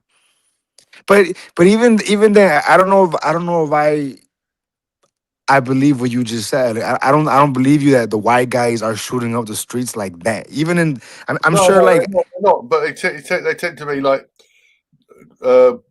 criminal murders. I mean, the mafia is the mafia. But even with that said, right? Not mafia. I mean mobs, organized, maybe drug related or something. But right, well, same shit. The mafia, whatever word you want to use. You don't generally find them shooting people for the sake of it. There are exceptions. But if you tell me that there is some shootings, right, then I could make an educated guess that most of these shootings are black men, right? Yeah, you would have to look up and see what it's about. But well, you're over there, Alexander. Like, you tell me, dude. Because I don't think it's the Arabs. Honestly, I think the Arabs are. I mean, it could be the Arabs. Don't get me wrong. I just don't know that it would be them. They're more. I don't know. They do what they do, right? But just the ones that like shoot up the street recklessly at an alarming rate, at an impressive rate, is usually the brothers. Here anyway. But I'm sure over there too. Because we've seen here, like, the behavior patterns are pretty consistent. Wouldn't you say, Alexander? Well, I try to avoid it myself. You know, I try to stay out of their way. All of them. Well, I mean, look, listen. I can see you try to avoid it because, I mean, you just try to imply that white guys are shooting straight up, and no, I just refuse. I don't believe you. I don't know why you would even imply that. You know. Well, look at the news stories. You'll see. Well, I mean, look, Alexander, look, white guys have shot up the streets here too. I mean, Yeah. that's kind of a given, you know. White guys, I'm sure there's a white guy somewhere in the country right now unloaded his gun into somebody, maybe, right? Yeah. But typically speaking, you know, statistically speaking, I mean, it's not really the white guys, No. you know. Surprisingly, like the white guys used to be tough. I don't know. I mean, I'm not saying they're not like tough, but street tough. They used to be like they will murder you in the street. You know what I mean? Now they don't do that anymore. I don't know what happened to them. Try not to. Well, they used to though. Here, the Irishmen and the Italians, even the Polish guys, right? Yeah. They would leave you where you stand. You know what I mean? I mean, you ever heard of Tony Spilotro? No. Oh, you never heard of him? Well, put it like this: you ever seen the movie Casino? When was it made? It was with Robert De Niro, Joe Pesci. Probably not. No. Robert De Niro played a juice crew who was good at money, obviously. Yeah, no, and it was a true story too. It was a true story. It was based on the mafia in Chicago, and there was this juice crew who they called them the Golden Juice Crew because the white boys did because he was just good with money, you know, and people like money generally speaking. But anyway, the point being that yeah, the white boys used to shoot the straight up, but not really anymore. You know, now it's like the Umbritos and the Sunmen, you know. But you don't have a lot of Umbritos in England, right? Not a lot. No, especially Asians.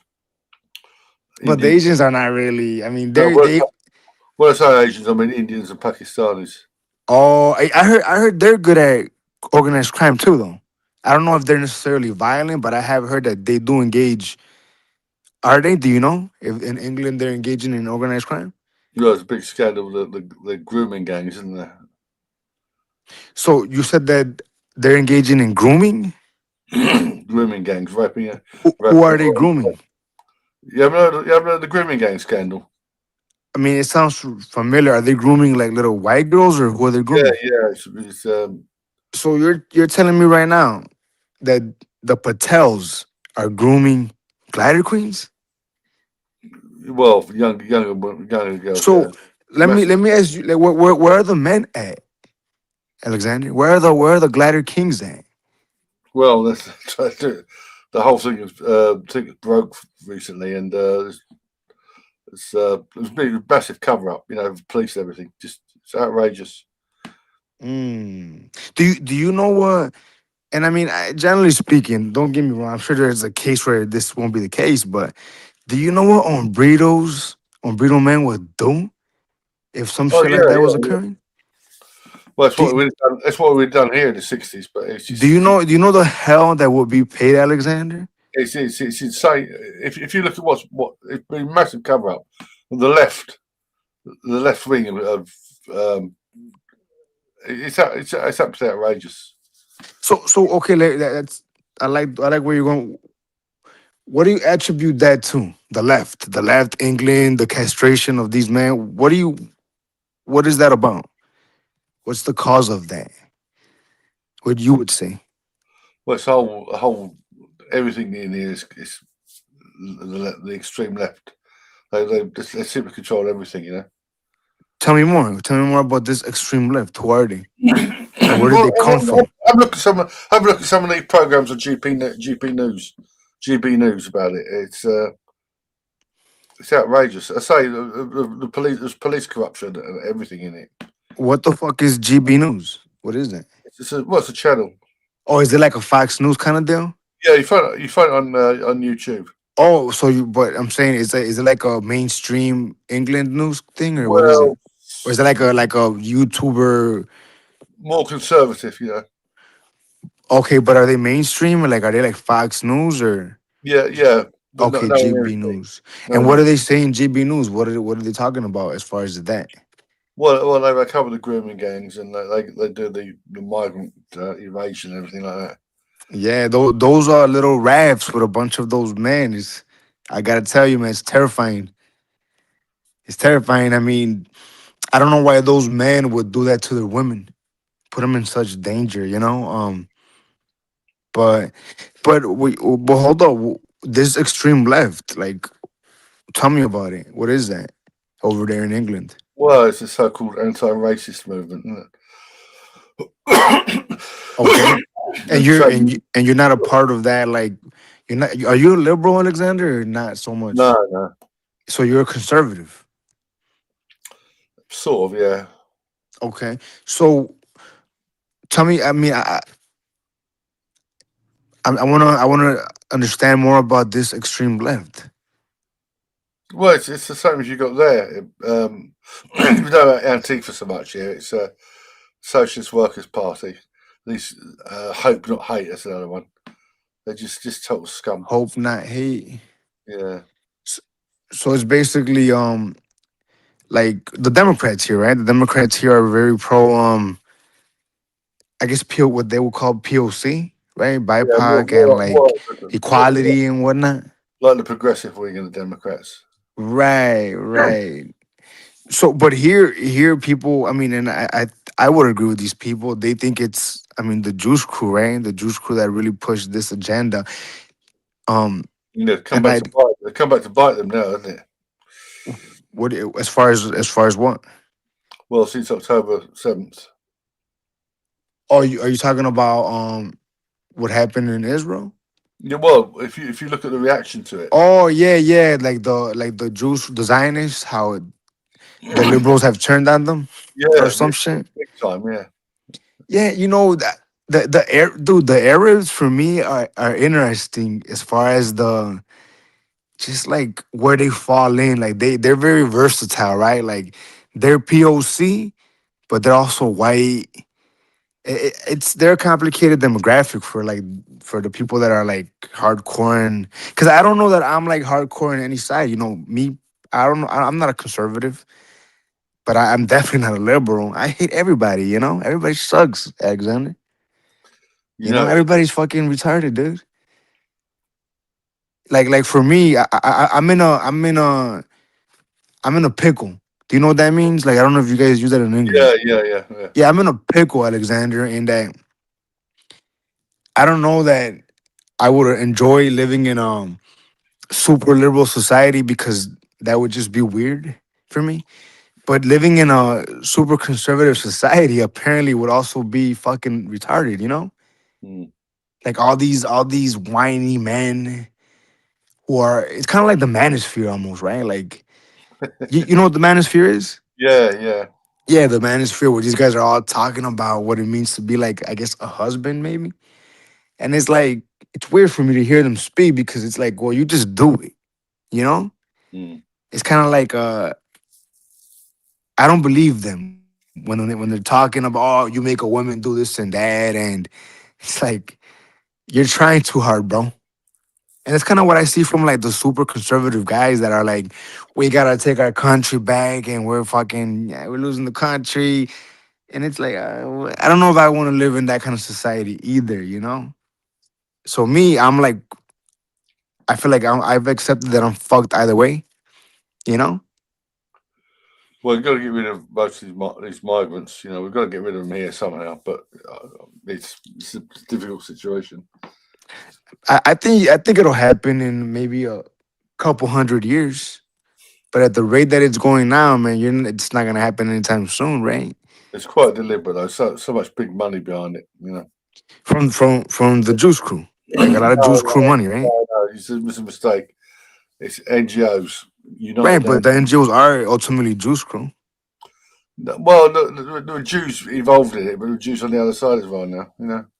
Well, I mean, look, but the Juice Crew are all over the spectrum for the same purpose, right?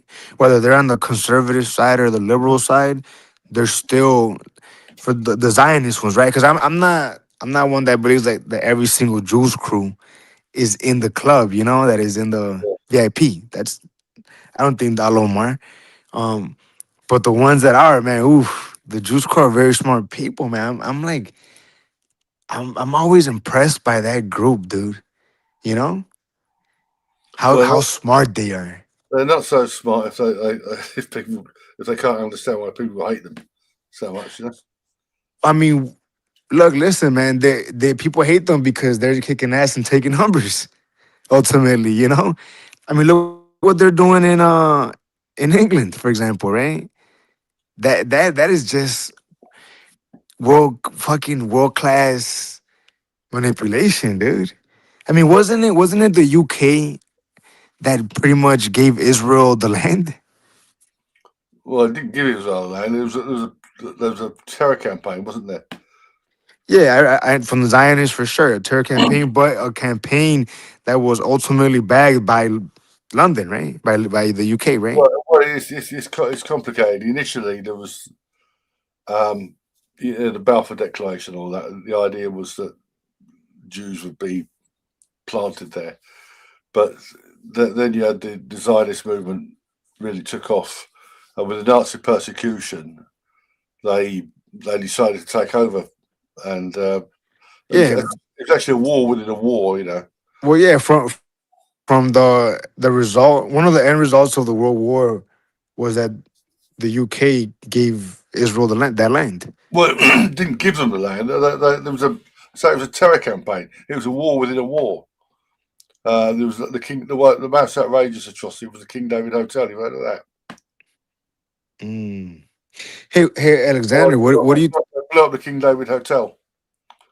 Mm. And the British withdrew because the British had a mandate. They withdrew. And all the United Nations wanted to carve it up, but the Arabs said no, and they ended up getting expelled. Hey, Alexander, what do you think? I think we know what I thinks. What do you think about Jeffrey's the whole Jeffrey issue going on right now? Well, Epstein. Yeah, what do you think about that? It's all bullshit, all of it. What do you mean? Well, this bit about sex trafficking, it's all bollocks. So you don't think he was doing it? Yeah. What happened was he was getting girls to massage him. That's what underage girls to massage him. That's what it was. He was getting girls to do what? Oh, massages. Yeah, massages. Oh, okay. But this bit about the island, they weren't young girls there. They were young women. Some of them were prostitutes, but they were just attractive young women who were copying up with older blokes. Yeah. How do you sound so like confident about it though? You say it with such confidence. Done the research. Okay. Tell me. You can't believe what the media says. Oh no, look, listen, I said earlier I hate everybody, and that includes the media. Tell me, enlighten me about what you've learned with the research. What has your research led you to? Well, he was hiring girls to massage him. That's what it was. Yeah. So that's in Palm Beach. Elsewhere, the island. So what do you make of, he was previously, before this recent one, he was convicted of doing this already though, right? Yeah. So what? Soliciting underage girls to give him massages. That's what it was. No, but it was not just massages. He didn't get convicted of just massages. Yeah, no, it was a soliciting a minor for prostitution. That's right. What it was. Right. So that's not a massage. Yeah, massage, that's what they call prostitution. Okay. This bit about trafficking is all bullshit as well. What does trafficking mean? It means moving from one place to another. It's a narrative of the anti-prostitution industry. So if a man takes a girl, a minor, like let's say a 16-year-old girl, a 15-year-old girl, right, across state lines, across the country, for the purpose of pimping her, it's not sex trafficking? That's trafficking, yeah. Okay, but In this country, prostitution isn't illegal. It's illegal. It's not illegal in England. No. Oh, okay. Well, it's not as simple as that. It isn't illegal for a woman to have sex for money. But if two prostitutes work under the same roof, they can be charged with running a brothel. Yeah. But curb crawling is illegal. But really? They can't just walk the street like that? No, curb crawling is where blokes pester women. They drive around in red light areas. Yeah. So does that legality apply to kids? Well, the age of consent here is 16. So in England, the age of consent is 16. Yeah. Oh, interesting. Wow, that's it's a little young, but I'm surprised. No, places where it's younger. But in London, I mean in the UK. Yeah, the age of consent here is 16. Yeah. Yeah. No, I'm surprised. I would think that it would at least be, and I mean 17, 16. I don't know, but well, it's high. It's high in Florida, isn't it? 18 in Florida. In Florida? Yeah. I wonder. I would. There's some parts here where it's like 16 as well. I think, right? I know here where I'm at. I think it's 17, depending on like different facts. But it's basically 17. But you can't 17. You cannot pimp them. Like you can't. So I say, prostitution isn't illegal here. But what Epstein was doing on the island, he was having lots of scientists and that. He was doing a lot of work. He donated a lot of money to Democrats and stuff. They reckon the real crimes Epstein are financial. He helped start the Clinton Foundation. That's what the Clintons are afraid of. They're not afraid of this bullshit about sacrificing kids and that. That's all bollocks. But the financial crimes are very real. The financial crimes? Oh yeah, Hillary. Yeah, look how much money. Yeah. So what is the reason that they're making up all these sexual allegations? Well, it's just the media. It's the way it works. They're just trying to distract us from something else. No, look. How can I put it? Whenever there's a big crime like this, you have it's something called the bandwagon effect. You have people jumping on the bandwagon. So let's put it this way: YouTube has over 1 billion subscribers, right? Facebook has the same. Okay, there's a lot of overlap, but now are all these people legal, decent, honest, and truthful? Are they all sane? No, people just make stuff up. And when you get, I mean, some of it is honest misinformation, if you like, but it's Chinese whispers, telephone, whatever you want to call it. You find this with all sorts of things. Okay. So well, how about this angle? What do you think about this one? And I could already imagine what you're gonna say. What about the angle that says that Jeffrey was Mossad? No. Dershowitz says he wasn't. Who said he wasn't? Alan Dershowitz. How would he be Mossad? What, a secret agent, you mean? Well, I mean, how did he have so many connections to the intelligence world, to all these different intelligence agencies? The ex-director of the CIA was apparently good friends with him, right? I mean, what was he? Was he just his tax guy? Was he just doing his taxes? He was so wealthy. Wealthy people tend to move in those circles. So you're saying that it's just a coincidence? Just they're just like having wine at the fucking country club, and they just became friends. He was a schmoozer. He liked to be around. I could tell. It seems to be the case. Yeah.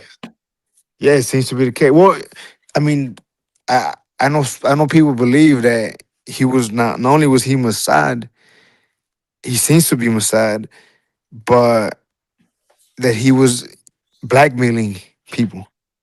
No, I don't believe that. Yeah, you sound. I think Yaniv went to Israel once. What was that? I think Yaniv went to Israel once. Epstein. You think Jeffrey only went one time or to Israel? Yeah, How do you figure that? How do you know it was just once? that's what. What if Well, it was twice? no, I think it was only once, but it wasn't a big. He wasn't.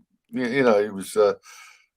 He had home in France, New Mexico. Huh. Yeah, I mean, look, It's all a financial scam. You know.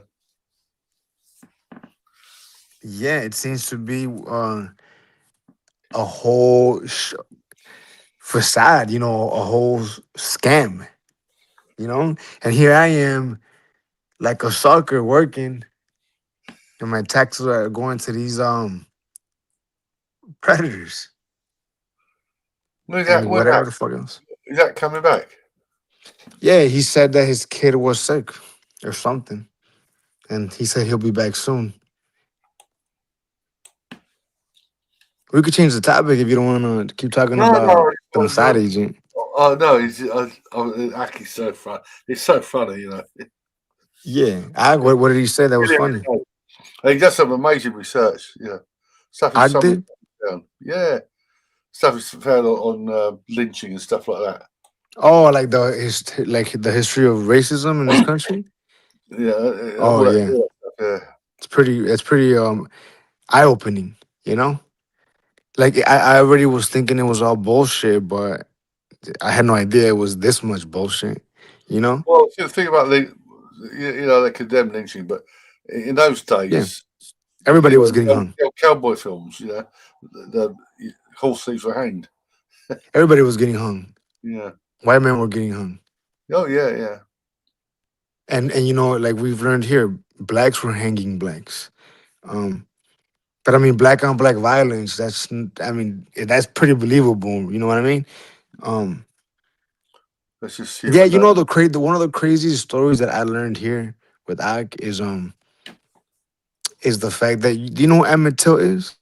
Oh yeah, it was the year before I was born. Yeah, the fact that Emmett Till was a brother killed him. He was. Huh? So carry on. That one of the men that killed Emmett Till was a brother. Yeah. Did you know that? Yeah. I didn't know. I mean, I learned that here, and it's like, whoa, the way they fucking make it seem, you would think that it was like. Do you know what happened to his father? Emmett Till's father. What? Do you know what happened to Emmett Till's father? Yeah, he was a military guy who ripped a female in what was it, Germany or where? Yeah, hanged for murder in Italy. Was it France or Germany? I can't remember. Italy. Oh, it was in Italy. Yeah, hanged for murder. I thought it was for ripping. Well, rape and murder. There's a couple. Yeah. They didn't tell his wife initially. She didn't find out until the Emmett Till trial. Yeah, but that's almost irrelevant to the fact. It's almost. I mean, it's interesting for sure, but it's almost irrelevant to the fact that. I mean, is it completely unbelievable that Emmett Till did what he did? I don't know. I mean, they've always told me that apparently white men were just attacking black men at will, and that black men were tiptoeing left and right. Kid was 14, wasn't he? He was like something like that. But I've always believed that black men were tiptoeing back in the day. But then, I'm alive now, and I'm still hearing that black men are tiptoeing. And I know one thing. If I don't want anything, the brothers ain't tiptoeing around night. The brothers are cool as a cucumber. But I gotta hear the TV tell me that black men are scared of the police because this and that, and the police are just gunning them down. And it's a lie, Well, it's the gun culture. That's the problem. See, we don't have that here. I mean, or you think this is the gun culture is the problem? Well, if there's a traffic stop here, there's no problem generally. But a traffic stop for police in America is dangerous, isn't it? For the police? Yeah. Yeah, I mean, you could make the point. Yeah, it is. But I mean, the cops over there don't have guns, right? They don't have guns. Well, They can get hold of guns if they need them. But they don't have them on them like on a regular, right? No, some in London do. That's fucking crazy, bro. I don't even know what that looks like. I can't even. It's some stations with machine guns. Yeah, like the police in Mexico, they walk around with rifles. Yeah. I mean, you could imagine, right? For police in England to like not. Yeah, I know that they could maybe radio for a gun, like, hey, I need a gun and to my where I'm at. But I mean, it just doesn't sound like I can't even imagine that world, It's kind of like for me, it's kind of like when I hear that the Hindus don't eat cows and they like worship the cow, and I'm like, what? Like we put cows in with a tortilla where I come from, and in a burger. Yeah, I like beef too. And we make tacos, you know what I mean? And to hear that they don't, that they worship the cow, and then to hear that cops in England don't carry weapons, it's like, or guns, it's like, wow. Well, I don't like the idea of guns all over the place. I think I can walk down my high street without being shot. Yeah. Well, you know what? I believe it or not, Alexander, I always, and I don't know, I'm sure I've said this, you probably heard me say this, but I always carry a gun. At least one gun. I always carry at least one gun, You just never know. You just never know. Because think about it, Alexander, right? Say I'm driving, right? I'm driving, and what if somebody cuts me off? You can shoot him. Yeah, and then if I don't have my gun, what am I gonna do? How am I gonna shoot him? Yeah. But I do always carry a gun because you never know. Like if I'm pretty sure if I was in the UK, I'd carry one of those. We were watching a news segment here and I asked regarding like the London or UK's knife problem. I would have what they called an assault knife, like a knife that was like a machete, I guess, with a bunch of fucking nails in it or some shit. Which is the equivalent of like a Draco here, maybe. Mm. Do you carry any knives or anything like that? You're not allowed in this country. Oh, you can't even carry a fucking knife over there. I think you carry a penknife with a folding blade, 3-inch blade. So. But that should be good enough, right? That you could like. No, I'm not bothered. You don't think so? What if you go for the neck? I got my walking stick, so. Oh, okay. Well, not. What about in your heyday, in your prime? You never carried anything? I did, yeah. I could tell you a funny story about that, but for when I was about 18. Okay. I could do, yeah. Where's the body? Where did you leave the body? No, I was walking down. I was in Portobello Road. I had this fucking big knife, like a Bowie knife. It was blunt as hell, And I was walking home. It was in Portobello Road, Westbourne Park, and there was about 3 of them that sort of accosted me. I put my hand inside my jacket, and one of them said, "Trying to make out you got a gun." So I pulled out this fucking big knife. They shit themselves. And they ran off. I said, "You want it, Mouthy?" Another time I got stopped by a copper, which fortunately I wasn't carrying a knife then, otherwise I'd have been arrested. So where'd you leave his body? No, they ran off. Hi, Ak, you're back. Yeah. My son, I'm trying to put him back to sleep, man. Jesus Christ, man. You mentioned those serial killers the other week. They got parole or something. Killed 8 people. The Cook brothers. The Cook brothers, yeah. Did they got parole then? I don't know. I didn't. I gotta look it up. We've had things just as bad here. Have you heard of Friday the 13th? Yeah. Did you know it was real? Oh man, no. Was that like a UK thing? Yeah, the Monster of Worcester. It was Friday the 13th. Where's he gone? So it was based in the UK, huh? Jason? No, it's a bloke called David McGreevy. It was Friday the 13th of April, 1973. I was 16 or 17 at the time. I'd been not quite not But quite 17. are you talking about the movies like Friday the? No, this is real. Yeah, no, no. I hear you. What you're saying that it's a true story, but are you saying that Friday the 13th movies are Yeah, based no, on that? it was Friday the 13th. He did the killings. Okay. He was his parents had kicked him out. He was a drunk, and he moved in with this bloke called Ralph. Nice. And Ralph and his wife, they had 3 kids. And she used to work in the evening as a barmaid, and she left him babysitting the kids. And the baby crying, upset for Oh some reason. man, that's Thursday in America, bro. So what happened was he deleted the baby. He killed the baby. He Yeah. fractured her skull. He slit her sister's throat. And he strangled their 4-year-old brother. So he just deleted everybody, huh? Then he went down to the basement, got a pickaxe, and mutilated the bodies. Then he took the bodies outside and impaled them on the fence, the wrought iron fence outside. Real horror show. You know, that sounds bad, but it doesn't sound that bad. No, see what happened. Have you heard of Mexico? No. No. Let me finish it. There wasn't really a trial because he pleaded guilty. Got 20 years. The judge probably thought he'd never be released, but they tried to release him in 2006, and he had a weekend stay at the hospital in Merseyside. And somebody in the prison service or the Home Office tipped off the press that his photograph walking the streets, and he's been back behind bars ever since. You wouldn't think they'd let somebody like that out, would you?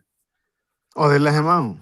Well, he was let out for a day for a weekend to stay at a hostel. You know. Oh wow, sounds pretty stupid. It was an open prison. I would prefer to release him, but I think he's still inside now. I hope he's still inside. Oh wow, that sounds very like dangerous to let someone like that out. Monster, yeah. Oh, it's look it up. It's Monster and Monster. Let's call him. It's worse than the actual Friday the 13th. The movie? Yeah, worse than that. Well, I mean, but look, that sounds bad, Alexander. But again, it doesn't sound that bad. Have you heard of Mexico? What they do to each other over there? What you just described sounds pretty tame compared to what these Mexicans do to each other, dude. They kill kids like that, don't they? I don't know that they kill kids necessarily, but they kill each other like in a very cruel way, you know? Yeah. It makes what you just described look like, pretty merciful. But to the idea that they would even entertain letting him out, it sounds pretty dangerous, you know? Did you ever see the movie Friday the 13th here? Like the movies with Jason? The franchise, and I've seen several of them, yeah. Yeah. You know, when I was a kid, I wanted to be like him when I grew up, like Jason. Well, yeah. That's one thing to aspire to. Yeah, you know, it was either that or Freddy Krueger, and Freddy Krueger didn't really seem plausible, you know? Nightmare on Elm Street, yeah. Which one do you think was better? Which of the two? It's a long time since I've seen them, but you've seen one, you've seen them all. Yeah. I like Freddy because Freddy. When I would watch those, dude, like I would be scared to go to sleep, because it was a bit silly though, because he's so unreal, isn't it? Well, do you remember? Freddy Krueger's thing was he will be in your dreams, right? Like if you go to sleep, he's killing you. It was a child molester, wasn't he? I think so. I mean, kind of like Jeffrey. But yeah, but that was kind of for me when I was a kid too. I was very young, but the idea of like going to sleep and I would be scared to go to sleep because I didn't want to die, Yeah. And then I figured Michael Myers was a good one too. And then I figured I could outrun Jason. He didn't look that fast, Jason, I was saying he looked kind of like clumsy. I could get away from him, Michael Myers too. He looked kind of clumsy too, But Freddy, you can't outrun Freddy, dude. Or Chucky, man. Remember Chucky? The doll, yeah. All right, Chucky will fuck you up. Don't let the size fool you. You know? Now, funny fun fact, he was also a pedophile, like Jeffrey. Did you know that? Well, Jeffrey Dahmer, you mean? No, Oh, Chucky. Jeffrey Epstein, yeah. Chucky, the character. Epstein wasn't a paedophile. You don't think so?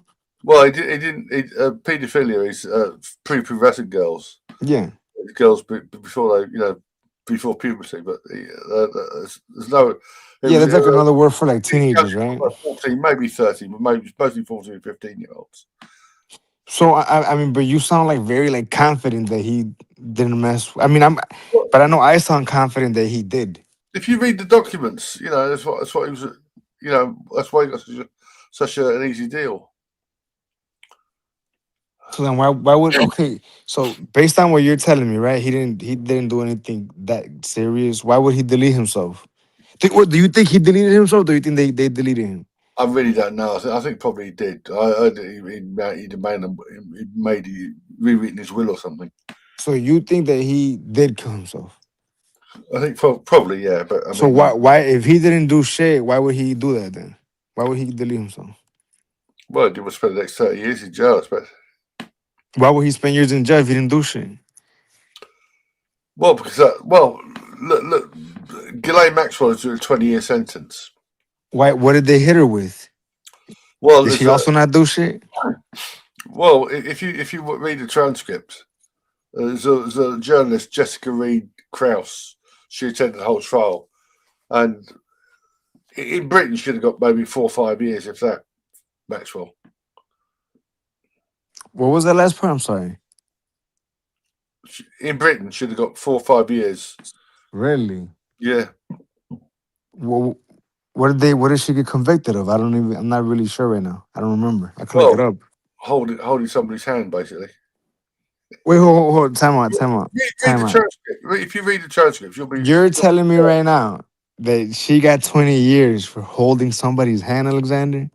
Well, read the transcripts. It's trafficking things. It's bullshit, No, I mean, look, I gotta be honest with you. What you're saying sounds like bullshit. No, read the transcripts. Read the transcript. But wait, hold up. You just said that she got 20 years for holding somebody's hand. Well, that's about the most serious thing She got hit with sex trafficking. I just looked that up. Yeah, but if you transportation of a minor with intent to engage in criminal sexual activity. Yeah. Conspiracy to transfer minors with intent for criminal sexual activity. That doesn't sound like holding hands, bro. Sure. But well, she was tried for Jeffrey's crimes. So in Britain, if somebody had done something like that, he'd have got 4 or 5 years, maybe a little bit longer. I don't know, dude. Look, listen, bro. You sound. How can I say this respectfully, bro? And I do mean it respectfully, but you sound like you're full of shit. Right? No, look, this whole trafficking thing is bullshit. Trafficking is a narrative. Feminists came up with it too. Traditionally, prostitution, right, is like the fallen woman, right? Then in the 70s, feminists decided that prostitution was equal to rape. Violence against women, rape, bollocks. Then the growing sex industry, especially with the internet, the prostitutes fought back. They came up with a slogan: "Sex work is real work," or simply "Sex work is work." So the feminists and the so-called moral majority, the Christian right, they come up with sex trafficking, which sounds serious, doesn't it? But what does it mean? It means moving somebody from one place to another to have sex. That's what it is. Well, a kid, moving a kid for this purpose. No. If a bloke pulls up in a car in a red light district, right, as a conversation through a car window with a prostitute, she gets in the car, he drives around the corner, and she sucks him off. They call that sex trafficking. They can both get time for that. It's ludicrous. Yeah, no, yeah. I hear that. I hear that example, and I hear you. However, that's not what they did. They were flying kids across internationally. No, that's the word. Yeah. Internationally, I mean, kids from like Russia. Maria, no, it's just all bollocks. They're older women. Maria Farmer was 25 when she claimed to have been abused by Epstein. She was 25. What do you think about Max? Now in your research, did you come across anything that said that Maxwell's father was Mossad? No, he wasn't Mossad. He was a war hero, Robert Maxwell. And a big he was a big publisher. He did a lot of. He supported. He was a passionate Zionist. So, but he was a part of Israeli intelligence. No, he probably did. I think he did some gun running stuff like that, arranged deals. You know. I mean, but that sounds pretty intelligence-y, doesn't it? Well, he was such a high-profile person. You know, he wasn't. When you talk about Mossad agent, you mean somebody goes undercover and stuff like that. I mean, Epstein couldn't have gone undercover. He's so obviously a Jew. You say he was not a Jew? No, he's so obviously a Jew, Epstein. How's he going to be a Mossad agent? Wait, are you saying that he was not Israeli? No, it wasn't Israeli. Who? Epstein? No. But he was. But he was a Jewish crew, though. He was Jewish crew, yeah, but it wasn't. If you say a Mossad agent, it implies that like working undercover or something, doesn't it?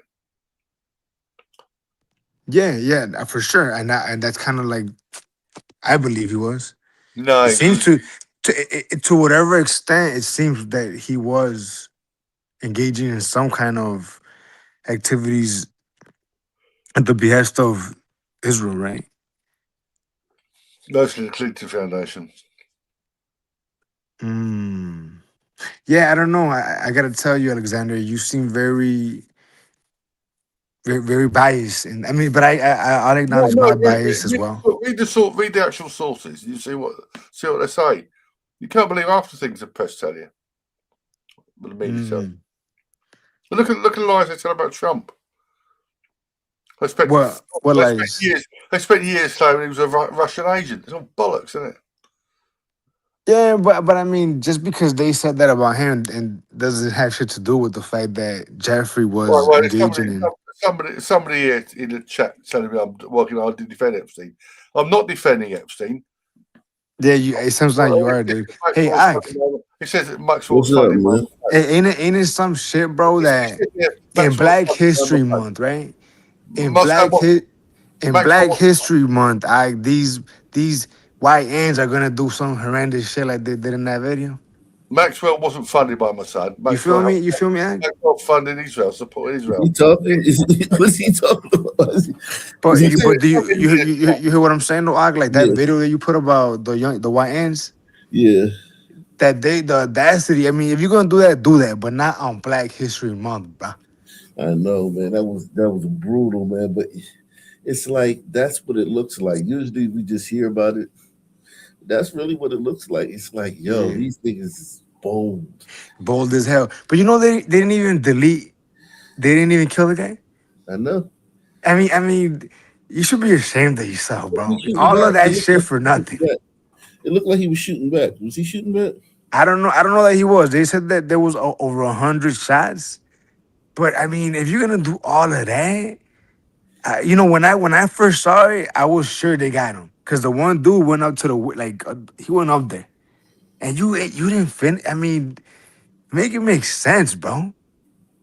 Yeah, they just shooting. They're just spraying a bunch of bullets, and you know, I mean, listen, I'm glad they didn't kill that little baby. It's odd that it is crazy though that they didn't kill everybody. Like it's just it's pathetic, you know. And again, I mean, I'm not saying that I'm glad they didn't hurt the baby, right? But that's what I find the most stunning. The fact that they didn't kill the baby, I'm like, they always kill a baby. You know when they were pulling off and they opened fire again. That was like the time to hit them, because you know how these brothers do. Yeah. It's like I'm not gonna lie to you, man. I when I first saw it, I was sure they got him, but then when I heard they didn't, it kind of bothered me, because I was like, how the fuck you ain't do that, bro? You were right there, bro. Hey, Mr. Barrington, I have one question for you about Robert Maxwell. How did he die, and who killed him? It's 2 questions. He might have committed suicide. He fell off his boat, didn't he? Oh yeah, he fell off his private yacht and he drowned. Yeah. You're telling me that was a suicide? It might have been, because he funded the pension fund, didn't he? He got out of his depth. Yeah, all I would say is you're very naive. That's as far as I would go. No, well, you're wrong. So you read the court transcript, so you know. I'm one of these crazy people who thinks Elvis is dead. So our friend Governor, you're just too sure of yourself, my man. Well, I've done the research. See, let these people they come on here and they come on. You did the same thing we all did. Yo, I'm starting to think that Alexander's Mossad. Salute to T.R. McCoy, man. He says, "Wicked. It's safe to say Alexander was on Epstein Island." Yeah, have you ever met Jeffrey Alexander? Let me ask you this, Wicked. Did you see the 2-hour interview he dropped? Epstein? No, I watched a bit of it, but I've been busy as fuck, bro. Yo, you saw it? I watched basically the whole thing, right? What do you think? And listen, man, very powerful man, but the thing that struck me about him is that when asked about Wall Street, money, and the economy, and how all the systems work, he kept saying that nobody knows. That like it's like they kind of like guessing, and it's like they don't understand because it's so complex. Money is it could be right about that. In 2008, the crash. Yeah. Wait, what were you saying now? The money what? Money is so complex. In 2008, the Queen went to the London School of Economics, and she said to them, "If you're so bright, how did this happen?" And about 6 or 7 months later, they answered her, and it was basically, "We don't know." Yeah, he doesn't know. He just seemed like I really respected him for like not knowing everything. Like he's not a know-it-all. You know, like this boogeyman thing we got about him, like he's some boogeyman. He seemed very much like all of them. Well, very much just like any other fucking. Well, I mean, think about what you're saying though, right? And think about him. He seems to be someone that could manipulate people, right? That could befriend you, that could come off as someone that's like, yeah, he's a nice guy. He seems like to be that kind of person, doesn't he? But do you have to be a bad guy to be a pedophile? I would say so, right? I mean, it's kind of a question. Like asshole. No. Do you have to be an asshole? Do you have to be like hostile and projecting mean? No, not. No, a lot of these like in the church, right? These priests that are like nice, they're predators as well, right? For example. Exactly.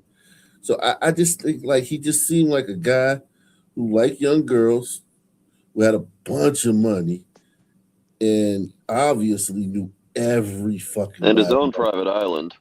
Like he knew, and he was good at making friends. Like yo, he knew everybody. That's like, what intelligence not like does. some people. He knows everybody. It seems like to be the case. And that doesn't mean that all the people that he knew were in the mix. He was doing. Yeah. But they also say it's kind of like they said it was kind of like Harvey, right? Everybody knew what Harvey was doing ultimately. What was Harvey doing? Harvey Weinstein? Yeah, what was he doing? Wait, are you giving sexual favors for? He was forcing benefits. he was forcing these bitches to do what he wanted to do. It wasn't forcing them at all. He was enforcing them. Nah, it's Alexander, you are a Juice crew, aren't you, bro? You're well, Juice crew, right? Coercion. These actresses, like you say that they were raped by Harvey Weinstein, or you can say I dropped my knickers for a repulsive squint-eyed Jew to get part in a movie. So you know what? This reminds me. Is it? I read. I don't know if this is true or not, but I think it is. Bill Cosby admitted to drugging these bitches. That's all Ultimately, right. That's all lies about Cosby. So they were into it. That's all lies about Cosby. He just admitted to it, dude. There was one woman who took fucking drugs, and then months later claimed he drugged her. She drinking alcohol, and a month later she claimed he drugged her. Like 60 women, though. And Gloria always came along. Well, look, I'm just grateful to know. I'm happy to know that if I ever become like a monster, that Alexander is gonna have my back to defend me. Bill Cosby never. There was possibly one victim. They were lying, these bitches. Many of them were refuted by chronology, but the media went along with it. Look at the press conference that Gloria Allred did with Linda Ridgway White, dear. Listen to what. Why are we talking about Bill Cosby? Listen to what she says Cosby did, and try not to laugh. Try not to laugh. But he admitted to doing it though. Recently, I heard. What? He didn't admit to anything. Well, here's the thing. Like, right, we have heroes and whatnot, and none of us knew Jeffrey Epstein, right? He's not an actor. He's not a singer. It's not, Alexander knew him apparently. He did some interviews. Well, at least one. He just popped up on the scene. I don't ever remember seeing the Jeffrey Epstein interview, right? Yeah, not until the second incident. But here's the thing. He's just a regular guy. Like, it just goes to show you that, like, power is not about being like a spectacular magnanimous. Well, hold on. He married Ghislaine Maxwell. Right. She was his in to intelligence agencies. Hold on. Let me just finish this one thought, man.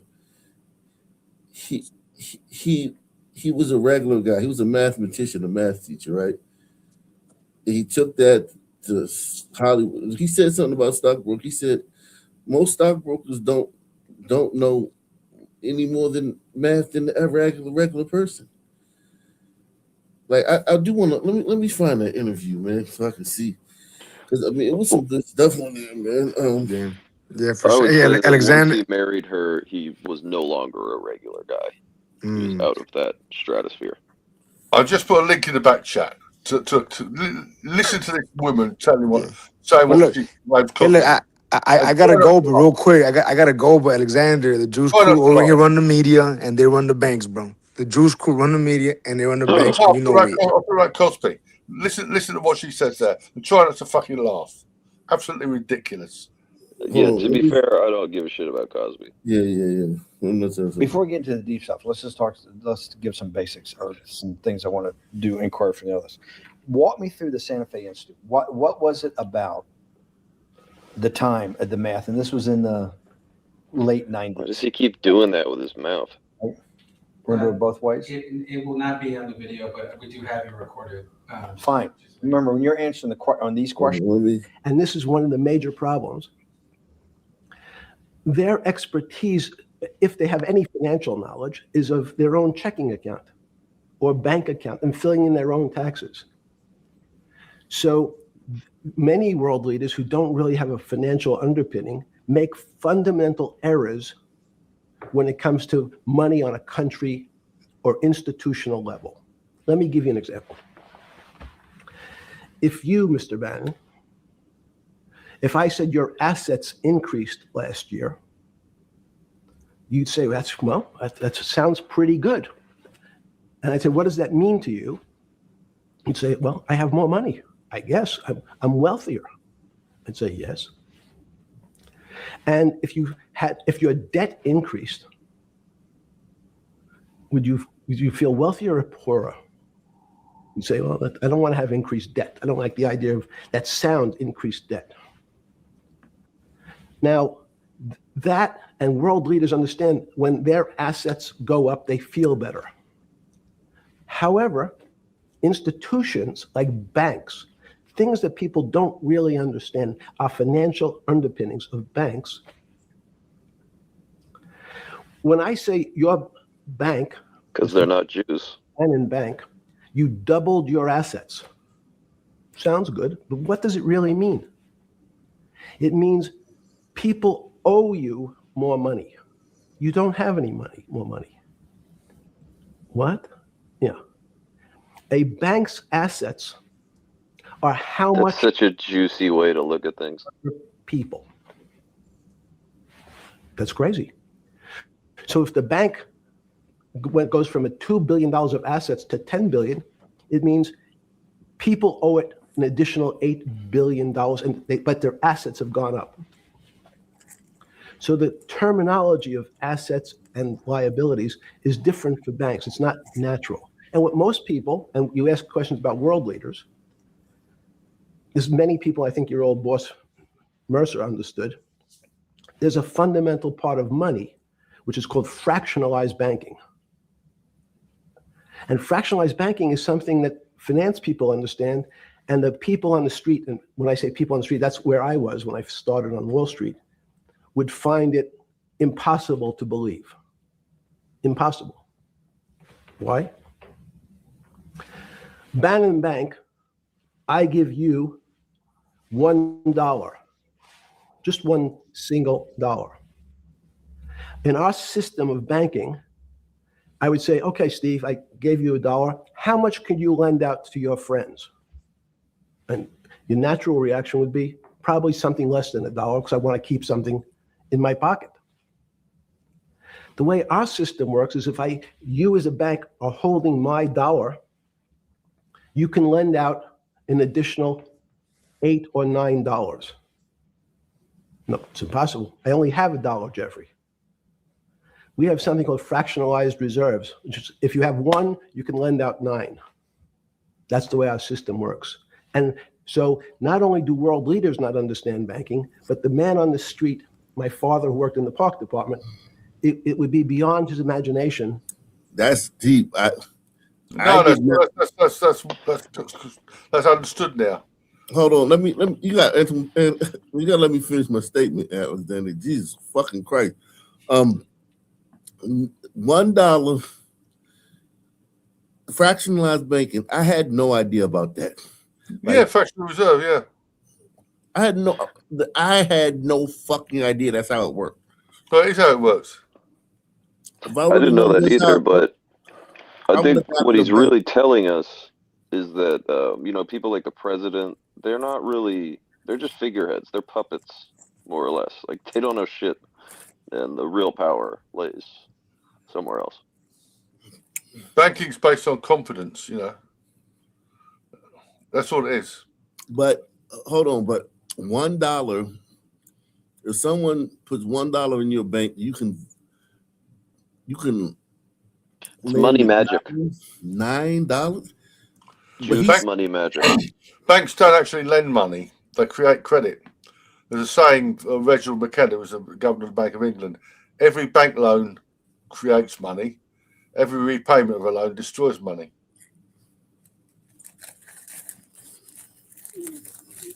I've got a website about it. It's called Financial Reform. Wow, that's so deep, man. No, it's deep. That people could lend He out really likes to hear more himself money talk, than they too. actually had in their pocket. Next question.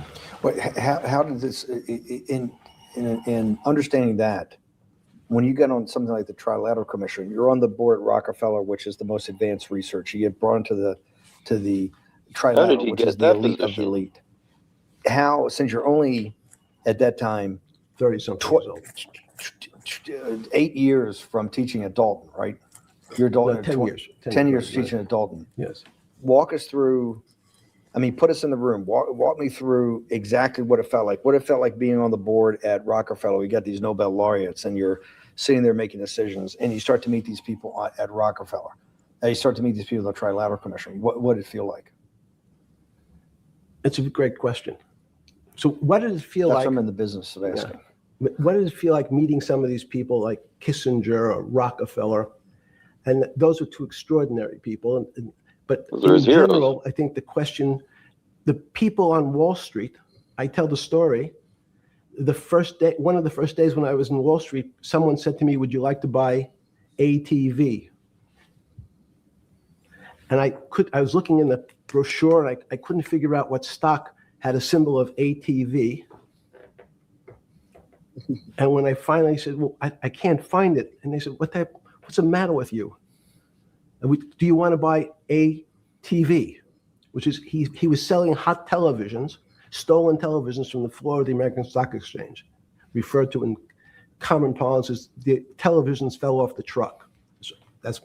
So I knew what that phrase meant from Coney Island.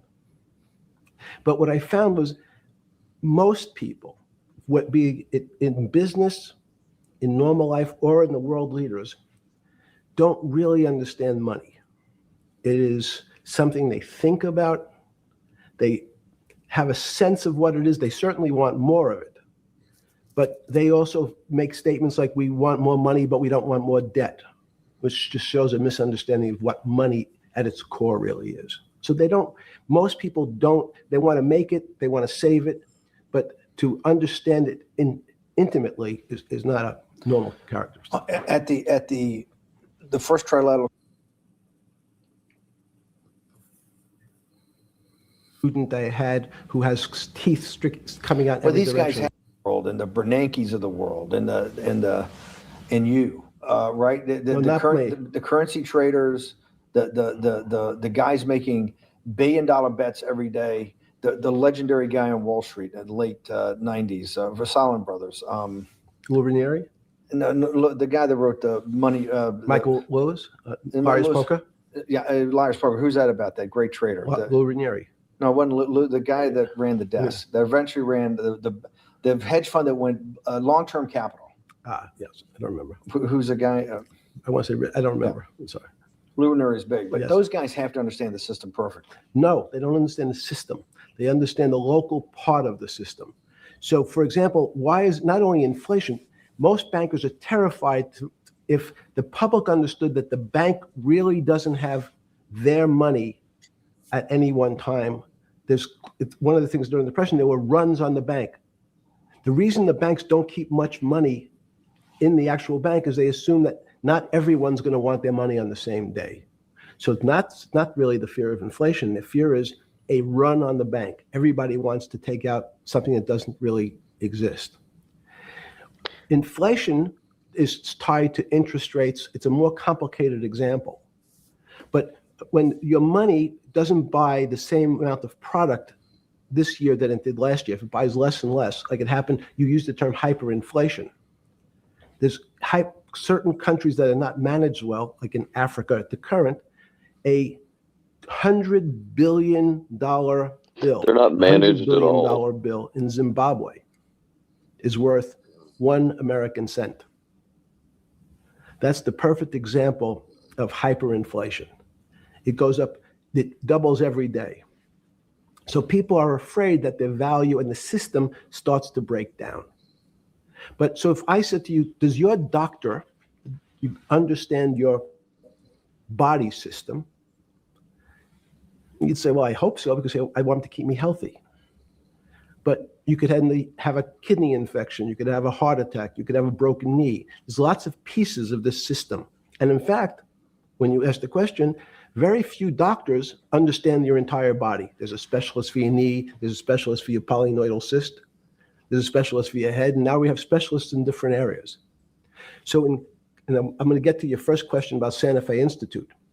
The world economy and your body are both comprised of little systems interacting with each other and making one big system. This is what's stunning for all the little guys out there, the populist movement, the little guys that haven't had a pay raise in 30 years. They think that these elites, have everything. The guys in the room making the decisions, the party of Davos guys. You're sitting there, you don't think many people today really understand the complexity and really all the moving pieces and how they interconnect to the world's financial system. No, not only don't they understand the complexity. And that goes back to Santa Fe Institute was an attempt of trying to see if there was a way to mathematize, formularize, or algorithmically understand what the term complexity means. That goes back to the original question. Complex systems are complex by definition, but there's not necessarily, it's not one level of complexity. As we might say, well, our fingers are complex, the movements, the muscles of our hands, but it's not as complex as the blood system. Now I have a circulatory system. I have systems on top of systems, so that there's no one group of or person that really understands the way the body works. There's no one group that understands the way the financial systems work. You might understand U.S. bond market. Now, you've asked about the trade of long-term capital. That was a bond fund, very small part of this very complex system. So the goal of the Santa Fe Institute was to see, is there a way to get in, somehow understand how complex systems interact? Fast forward, Steve, to today, where Google and these other engine companies, the other tech companies, are trying to build artificial intelligence. The strangest thing that they found, one of the strangest things, is that the systems that they design, this artificial intelligence, which a lot of people have heard about, is they design a bunch of systems. They're called neural nets. The term simply taken out of brain work, neurons in the brain. Nets because they actually look like a net. They put in some inputs. The computers work, spit out an answer. Sounds normal to you. It's because you're thinking about that calculator you had in 1976 on your desk. When you ask the person who designed the system, how did it come to that answer? How did your neural net, can you show me the calculations? They say, no, we don't know. We don't know how the thing we designed actually came up with that answer. That's pretty strange. It's a golem. They take the same neural net now and they put it in front of a video game. No learning, nothing. They said to the computer, they say, sit in front of your video game and learn how to play. It seems the computer learns better than any human in history, faster than any human in history, beats any human in history. But when you ask the designer, how did it do it? No one knows. It just did it. So that's the first little touch of things that we already have gotten to a place where we don't understand it and we built it. On Sunday afternoon, September 14th, 2008, where were you? Sorry? It was the night they put Lehman Brothers in bankruptcy in London. I was in jail. Seriously? Yes. So the financial crisis of 2008 happened when you were in jail? Yes. Oh, this is going to be so amazing. That's going to be so amazing. See, that's something else. That's something else. I take it you didn't have your Wall Street Journal dropped off. What did you say? They claim that he never spent a day in jail, that he was on work release. But if you listen to this, I've listened to this before. He said he spent 3 months in jail. So you can't believe everything the papers say about him. No, I'm not saying that I believe everything I say. No, not you, but some people. I mean, I'm just listening to what he's saying, and it seems like it's fascinating that the top people in the world don't understand money. But guess who understands money? The Jews. People who created it. The Jews. No, the Jews. But here's the thing. They run the Federal Reserve. Listen. Preacher from Jekyll Island. Listen. Why? Okay, so, and then they don't really fully understand it because they usually, they make their money off of Mystic. Like what is it called? Like they underwrote all the slave ships. They didn't do the dirty work, but they underwrote all the slave ships coming out of what's that? Was that Newport? They incentivized it. Yeah, no, I mean, but they That insurance, they insured it. They insured all the boats. You know what I'm saying? Like they take a level, they take a certain aspect of your game, and then they dominate that aspect of it. They understand money more than most people, right? The Jews understand money more than most people. They do, and maybe if you weren't so busy, like if you weren't angry at them, why aren't white people teaching their kids about money? Why aren't white people? You don't think white parents teach their kids No, about money? real money, like what he's talking about, the real rules of money. I'm not talking about how to balance your checkbook. I'm talking about the real rules of money, like that the Jews know. Like the Jews know that, hey man, all these systems, man, out here, we can't control all of it, but we can take certain systems and dominate them. And a certain more important than others, or certain that, I just put a link to my financial reform website in the back chat. Okay. I just Well, think that see, the truth is that money is not that important to that level of obsession. Is that true? Money is a medium of exchange, and it's debt. It shouldn't be debt. It should be just a medium of exchange. The problem is debt. Everywhere is in debt.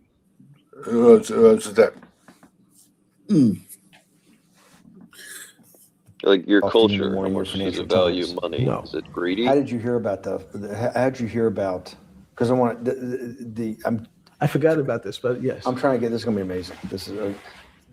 Let's go back and do that again. Sunday afternoon, because I want to find out about people, the geniuses understanding the complexity of the financial system. Because I think the best example we have is the financial crisis, the crash of 2008. Sunday afternoon, September 14th, I think it was, 2008, is when they were working feverishly in Midtown Manhattan at the Lehman Brothers offices and at various law firms around town, and with the Secretary of Treasury in the Federal Reserve, what they're going to do with Lehman. They decided they weren't going to save it. And so they prepared to put it into bankruptcy at the open of the market in London the next day. How did you hear about what was going to happen to Lehman Brothers, and what did you immediately think when you heard that it was going to be put into bankruptcy? I'm glad you asked that question. I was in solitary confinement September 14th. And again, some of the public stories about the wonderful time I had in jail and my work release, which didn't come till months after.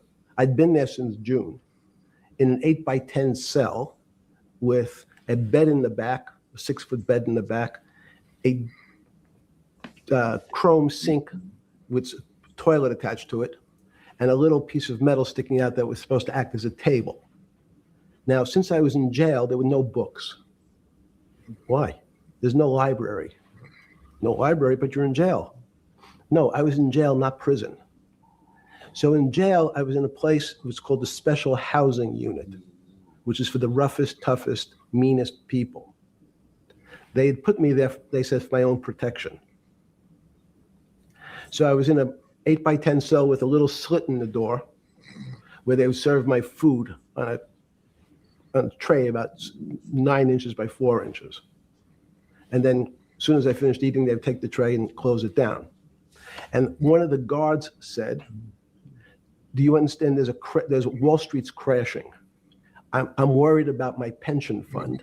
What should I do? And I said, sorry, Wall Street's crashing. What's happened?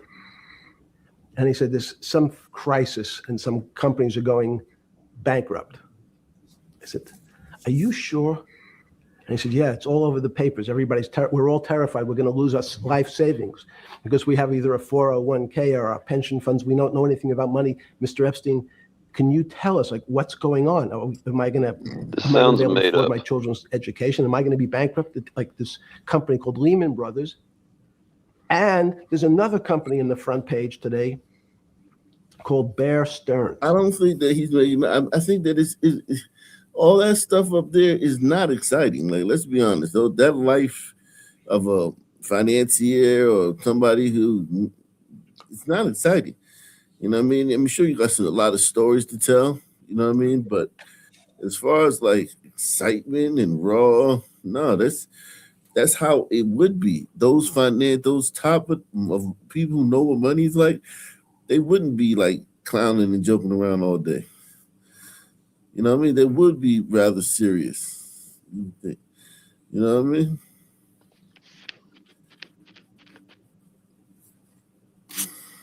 Yeah, that's Jeff. We'll get some more of that at another time, man. But yeah, he's just a regular guy who liked young girls, and now women are coming back to destroy his reputation. We talked about that. Who owned a private island? Women destroy men's reputations, and that's their superpower, to ruin your reputation. And I'm not saying he had a sterling reputation or nothing like that, but we just talked about it. Like, shit, Roger Ailes. There's a feeding frenzy for lawyers as well. Yeah, Epstein was definitely a pedophile. Yeah, definitely. I mean, it's a lot of pedophiles, man. A lot of rich pedophiles. Well, why do you think all those guys go to Taiwan, or you know what I'm saying? Not Taiwan, Thailand. Or a private island. Go to Thailand because you want to go to Thailand because you want to sleep with little girls, boom boom or yum yum, whatever it's called. They have deadly police helicopter crash. That's crazy. Yeah, you should click on that one. That's sad. That's sad.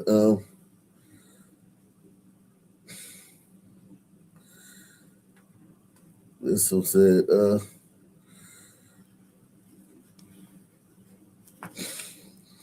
I see you watching old NBA games, Ock.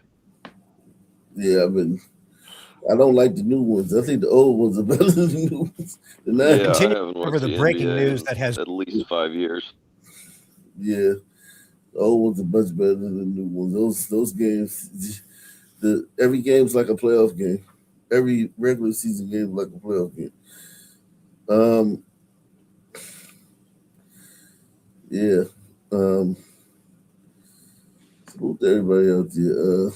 There we go. Let's try this.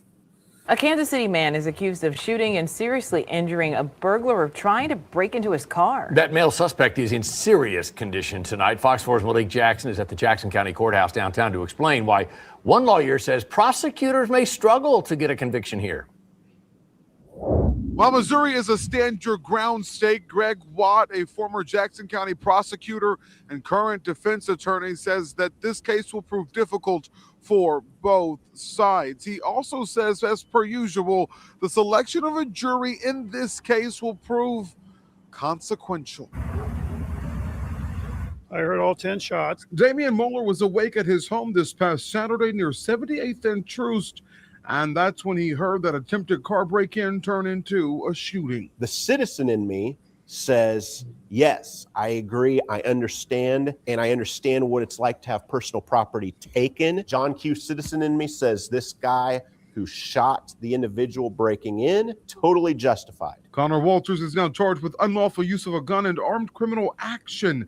The probable cause statement says the person trying to break in tried to break Walters' car window. Walters yelled out, "Hey!" The victim ran back to the car he arrived in, and that's when Walters began shooting, approximately 11 times. Police did find a window-breaking tool next to the suspected thief. The lawyer side of me says, look, personal property is replaceable. We got to be careful about using deadly force to protect personal property, especially when the owner is not in threat of or feels threatened to experience serious physical injury and or death. Stand your ground may not apply because it does not cover property that is not occupied.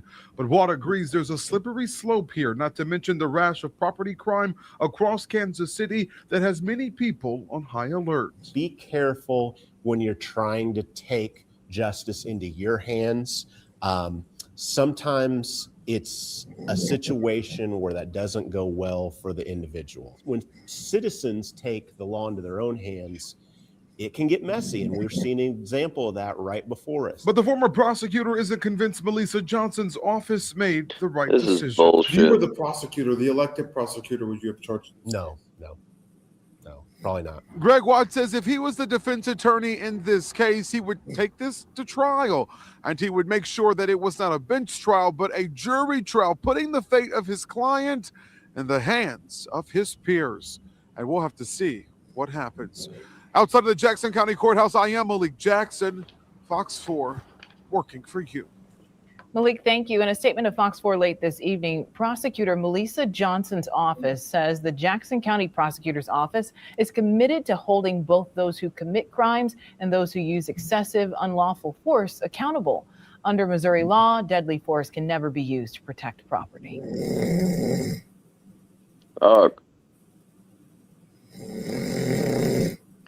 Damn. As soon as the video ended, he just starts sawing logs. Yeah, man. What I've got to go to bed. It's 7 o'clock here. Catch you later. Yeah, all right, man. So these, yeah. Wow. Amazon driver kills woman, keeps delivering packages. Jesus Christ. Oh yeah, I wanted to show you this. Now to a story you'll see only on CBS News Miami tonight. A local council member is apologizing to his community after repeatedly using a racial slur during a public meeting last week. CBS News Miami's Anna McAllister joins us live from El Portal with reaction from residents there. Anna? Lauren, residents spoke with passion and concern as they addressed El Portal Councilman Anders Urbaum, and he did apologize, and he said that he, quote, used that word to express how people talk. But the folks who showed up here tonight say what he said last week was completely unacceptable. As elected officials, we should hold ourselves to an even higher standard when it comes to professionalism and decorum. El Portal Mayor Omar Nickerson addressing the village council and residents at the beginning of Tuesday night's council meeting after Councilman Anders Urbaum received backlash for using the N-word twice at a meeting last week. I am sorry and I apologize. I quoted these hateful words.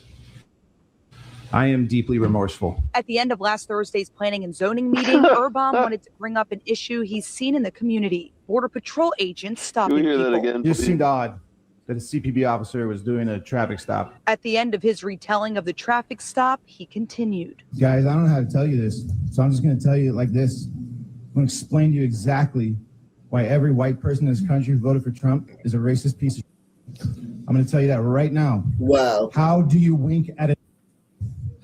How do you wink at it? Boy.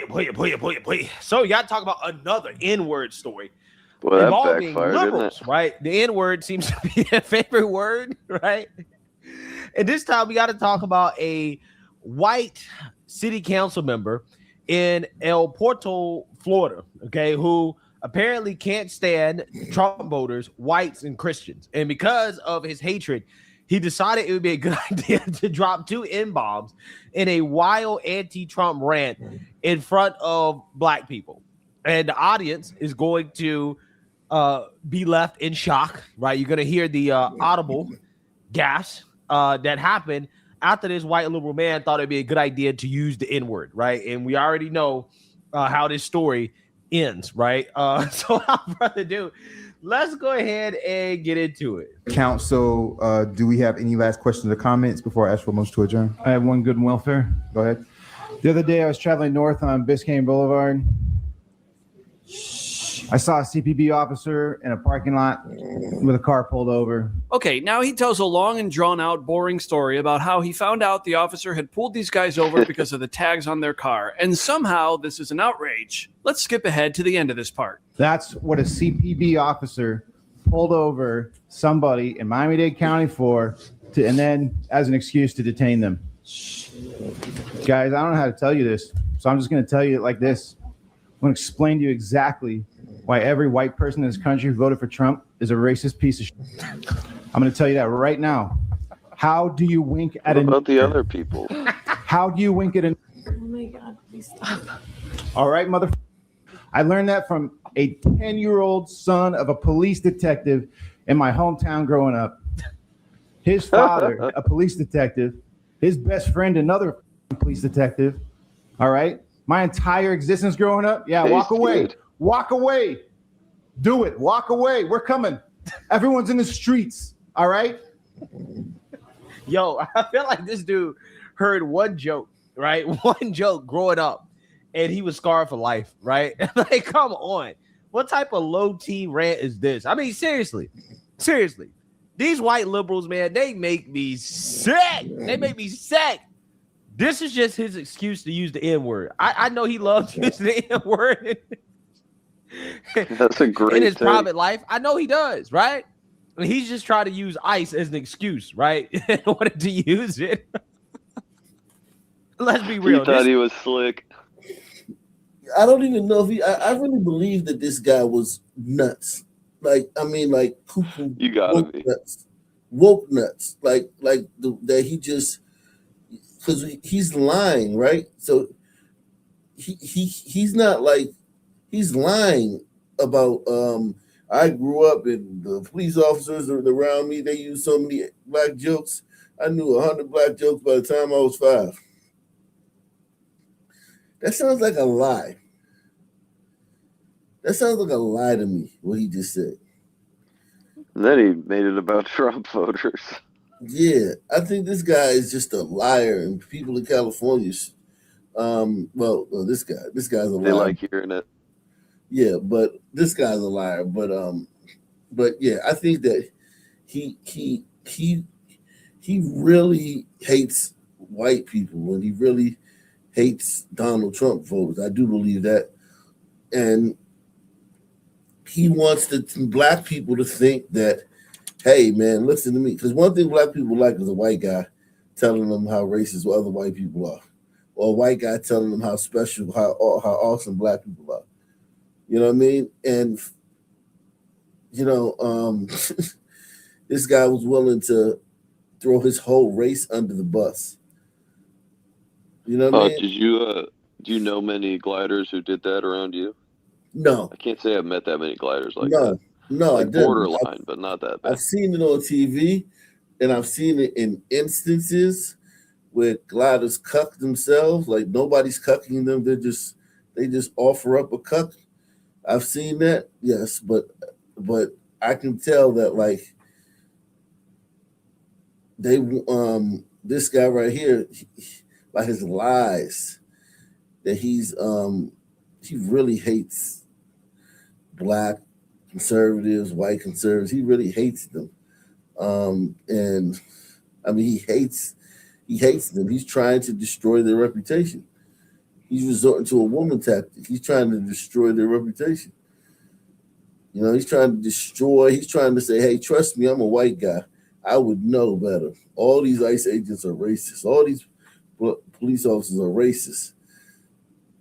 You can trust me. Like, I'm one of the good white people. I'm just here to tell y'all, man, white people suck. If you think white people suck, well, wait till you're like me. You're embedded with them. They suck. White people are awful. That was his stick. That's what he was doing. He was trying to make he's trying to make black people hate ICE. Trying to make black people get galvanized to go out in the street to attack ICE. That's what they've been doing a lot of. They've been trying to figure it out. And I don't put nothing past them. Oh, I see. That makes sense now. I don't put nothing past them, man. They could probably get black people involved in this. Yeah, you got to press the right button. Because ICE, right? They deporting 10,000. They grabbing up like 10,000 people a day for the Haitians, right? They're gonna make a mistake here. Some fucking black person is gonna get detained, because they didn't have an get a ID. bruise. Yeah, and black people may hop back in it, but I'm hoping black people are smart enough to just stay out of this one, man. I'm hoping they are. But yeah, what he did is a common tactic, very common tactic by white liberals. You know what I mean? Well, remember your other informative take that the Sons are a bit jealous of the attention that these illegals are getting, so they're not going to stick up for them. Yeah, it plays into that too. Like, hey man, all this is going on, and these white people are getting shot and killed, and these Hispanics are getting rounded up, and blacks, you want a piece of this pie? I'll offer you a piece of this pie. Yeah, man. When I was a kid, all the white cops used to tell racist jokes in my presence. When I was 5 years old. When I was 5 years old, the white cops would gather around me, use me as a sounding board for their new black jokes, and I heard them all. That sounds great. Yeah, it's sounds like a privilege. Yeah, diabolical, man. That people would believe that shit. But he knows he's dealing with black people, and black people are. If anybody knows that black people are stupid, one, it's a black person that has been enlightened, and then two, it's a white liberal. Because here's the thing: white liberals know how stupid niggas are, because they kind of control us. You know what I mean? Like they we vote for them as our candidates. So they understand us, white liberals understand us more so than conservative white people or independent white people. And they know we're stupid. Like, they know that. They know we're fucking dumb as a box of rocks as a collective. They know is that when black people move as a collective, it's like a fucking bunch of chimpanzees moving as a collective. It's why they're so insistent about their agendas. Well, but yeah, this was. Hey, Mark's in the back. This was lame for this guy to do that, man. This guy did that. This shit was lame. This shit was just lame. Yeah, on no sides did he win. I already told you guys in meetings in the past, I got 50 and more. I learned them all by the time I was 10. He remembers them. You guys. He says them over and over. Yo. He said he got a lot in the chambers. If you don't wake the up to what is happening right now, you don't deserve this country. Get the out. Get the out. ICE and CPB. You guys better pay attention to what the is happening. I don't know what's wrong with all you privileged assholes who sit on your ass and don't get out in the streets and protest this shit. Thank you very much, Councilman. It's over. It's over. You better get in the streets. I do understand that you're trying to make a point, but even in trying to make a point, I do think it is a grossly offensive word body language to be mentioned in any context. And So no, faces that this is happening. no, but I'm not a white person, and it's being put in my face, and I find it offensive. So I'll personalize it for you. That even though I understand that you're trying to make a statement, you're trying to be a white liberal savior, right? That's what he's trying to be. Okay, let's be real, right? This virtue signal is classic white liberal savior behavior. I actually don't understand it, but it appears as though you're trying to make a statement. And in addition to that, I share some of those feelings about what is going on in the greater world. I do say that as a white man, you should not be saying the N-word in any context. And I take great offense to it. And I think that you owe us an apology. I will certainly apologize. I mean no offense to anyone other than white Christians who voted for Trump. Wow. You hear that? That motherfucker is a horrible human being. White Christians who voted for Trump. Ooh. Yeah. Gliders like this, they put a bad name to gliders, man. Is that mean no offense except for white Christians that voted for Trump? You know what's funny? All Shorty heard was the N-word. She ain't hear nothing. He was going to all the She was slurs, pissed. talking about everybody else. He literally just white Christians that voted for Trump. Like he wants to harm those people. You know what I mean? That's offensive. But yeah, I think he's lame as shit. I'm glad they called him out on it though. But at the same time, like white liberals are just fucking. They're going through. They're having a reckoning right now, right? Like people are pushing back on a lot of the shit they Yeah, say. I think so. Mm-hmm. You'll be proud of Daniel. My son. Mm-hmm. His school had a walkout. The high school. So I'm in class. My son texts me in the morning. I'm like, well, he usually never texts me this early in the morning. I'm like, what's going on? He's like, yo, Dad, the school's walking out. I was like, you know what to do. He was like, hell no, I'm not walking out. Salute. He said, yeah, you know, I had to pick him up. During my lunch, I picked him up, dropped him home.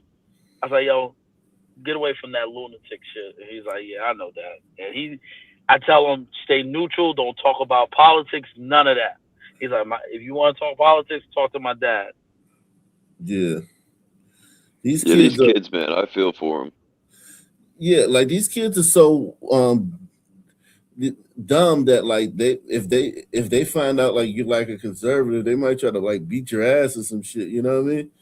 Yeah, definitely. And it's crazy because his friend was trying to get him to go, and he's like, my son was explaining, if we did this walkout, what makes us not do this every day?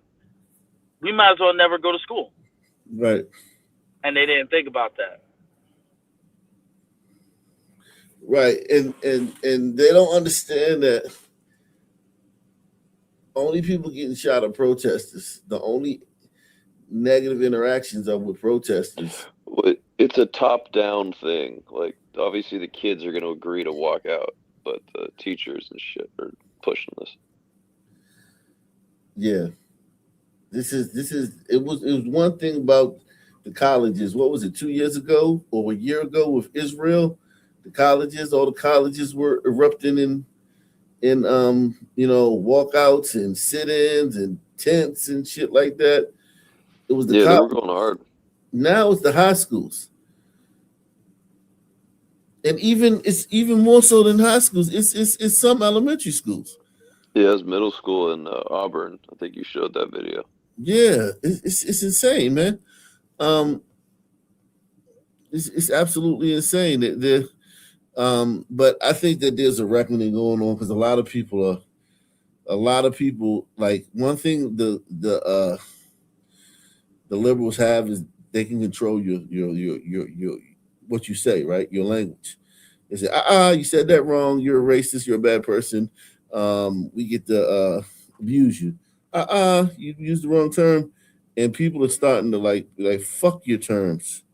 You know what I mean? Like with Billie Eilish, that one girl who did that, said stolen land.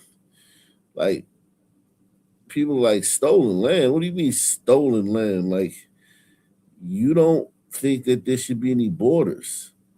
How can land be stolen if there's no borders? All the conquistadors did was move in. These conquistadors just immigrated to Mexico. What are you talking about stolen land? You know what I mean? Like, yeah, she's getting owned. They were actually welcomed too. Yeah, the fucking in the people that were there when they got there were fucking savages. You know what I mean? The worst. Those fucking Native Americans. I mean, those Aztecs. I mean, my God, just sacrificed thousands of people. Those Aztecs were real. They were real warriors, though. They lost 300 fucking dudes who traveled across an ocean.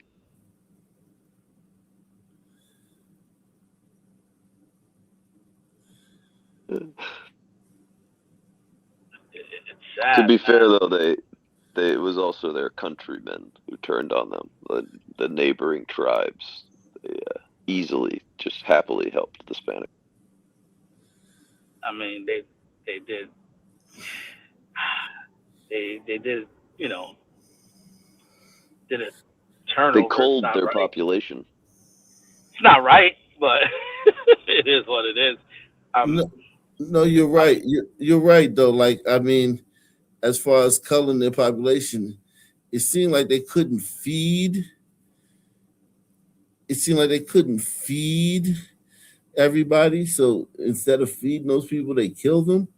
Like some of these things are done. Seems like an excuse. Subconsciously, What do I know? right?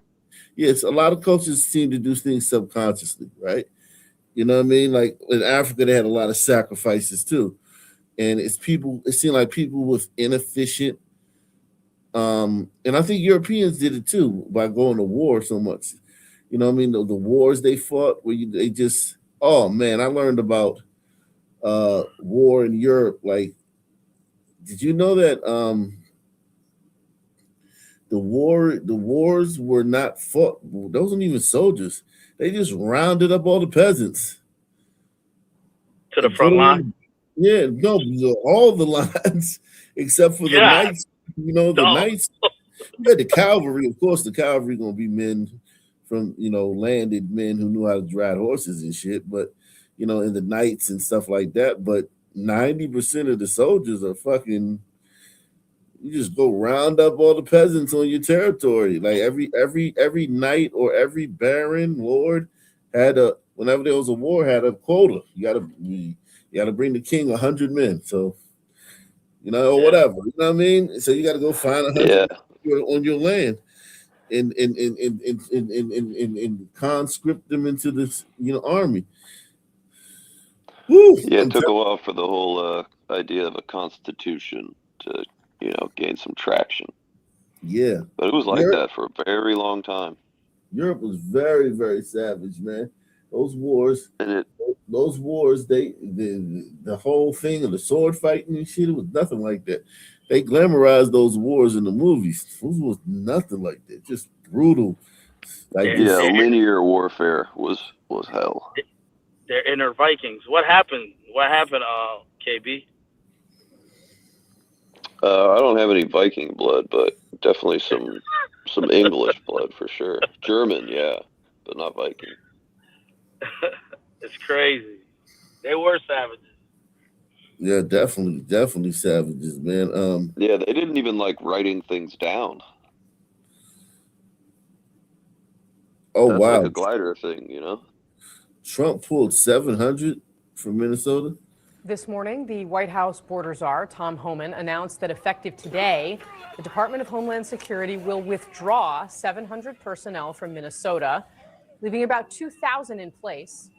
In just a moment, I'm going to speak with the Minneapolis mayor, Jacob Frey, who says that although this is a step in the right direction, it is not de-escalation. That big change on immigration, 700 officers leaving Minneapolis. Did that come from you? Yes, it did. But it didn't come from me because I just wanted to do it. We are waiting for them to release prisoners, give us the murderers that they're holding, and all of the bad people. This drawdown comes after weeks of outrage following the killing of Great time to cut them off. Yeah, right. All the rapists and pedophiles, the president, predators. Yo, that's the fucking president. Like telling you like why he took 700 out. They just fuck it. Yeah.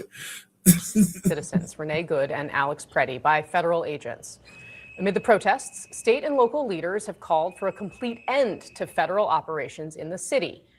Homan today said that's possible, but only if things change on the ground. My goal with the support of President Trump is to achieve a complete drawdown and end this surge as soon as we can.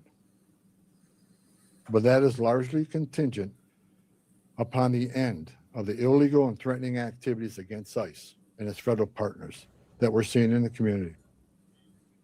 All right, let's get off the sidelines and head into the arena. My panel is standing by. But first, let's get right to CNN senior White House correspondent Kristen Holmes. Kristen, this was a pretty remarkable admission from President Trump, essentially unprompted. He was just asked, "What have you learned?" And he said that it needs a softer touch. Yeah, it's a rare concession when it comes to President Trump. He often doubles down on anything that he's doing. And in the past, when he's been asked what he's Just learned like in you various guys. situations, he certainly doesn't admit to any kind of wrongdoing. However, the term softer touch obviously implies that things could have been done differently. And while this goes against the No, it implies that these fucking maniacs in this city, Minneapolis, are fucking, just making our lives fucking hell, and they're willing to die. The fact that they're willing to die over this shit is something that we weren't prepared for. Like, I don't think Trump and them knew that these fucking white liberals was ready to die over this shit. For real. You know what I'm saying? Like, there's no way they could have known that. Nah, nobody saw this. Nobody saw this. But I knew something was going to be off because the government and the mayors they don't. Yeah, no doubt. But that's the Fry and Walls, what they're doing is one thing. That's like, yeah, get out in the streets and harass them and shit like that.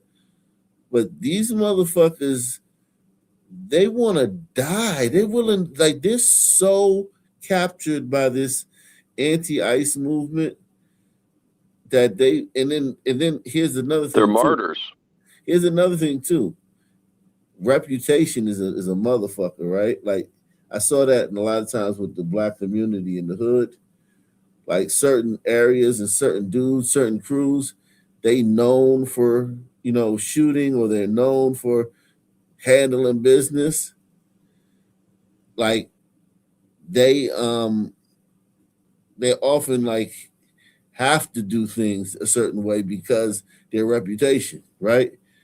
Whereas like a crew or dudes with a lesser reputation aren't handcuffed by having to crash out. You know what I mean? Like I could let's just take it. Let me just say it like this, right? Let's just say Mark is from MLK, right? And MLK is, them niggas go hard. They crazy. They psychopaths, right? But Mark is just Mark. He's a regular guy from around there. And let's just say you, KB, you get into it with Mark somewhere, right? And there's like a crowd watching. They're like, yo, that nigga from MLK. That's Mark from MLK. Now, Mark got the whole fucking baggage of being a nigga from MLK. So he gotta slay your ass, KB. Sorry, he gotta hurt you bad. You know what I'm saying? Even though it's not that serious, you feel what I'm saying? But he has to, because that's what niggas from MLK do.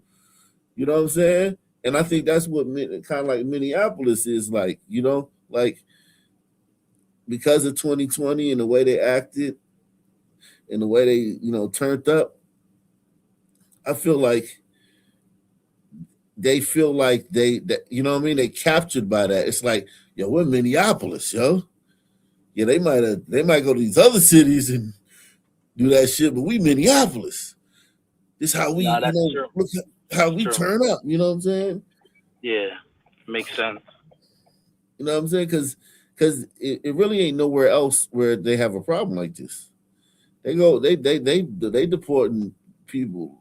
I mean, 90 going north in Florida, Texas, Louisiana. I mean, they just like rounding motherfuckers up. Catching them at state lines. Yeah, they rounding motherfuckers up. Even in my state, in Jersey, and I work around a burrito place, so they're capturing like that and Irvington. Yeah. Sure, New Brunswick. I saw a lot of them in New Brunswick. When I was in New Brunswick, holy shit, it was a lot of them. They were hanging outside the Home Depot. They were hanging outside the fucking Walgreens.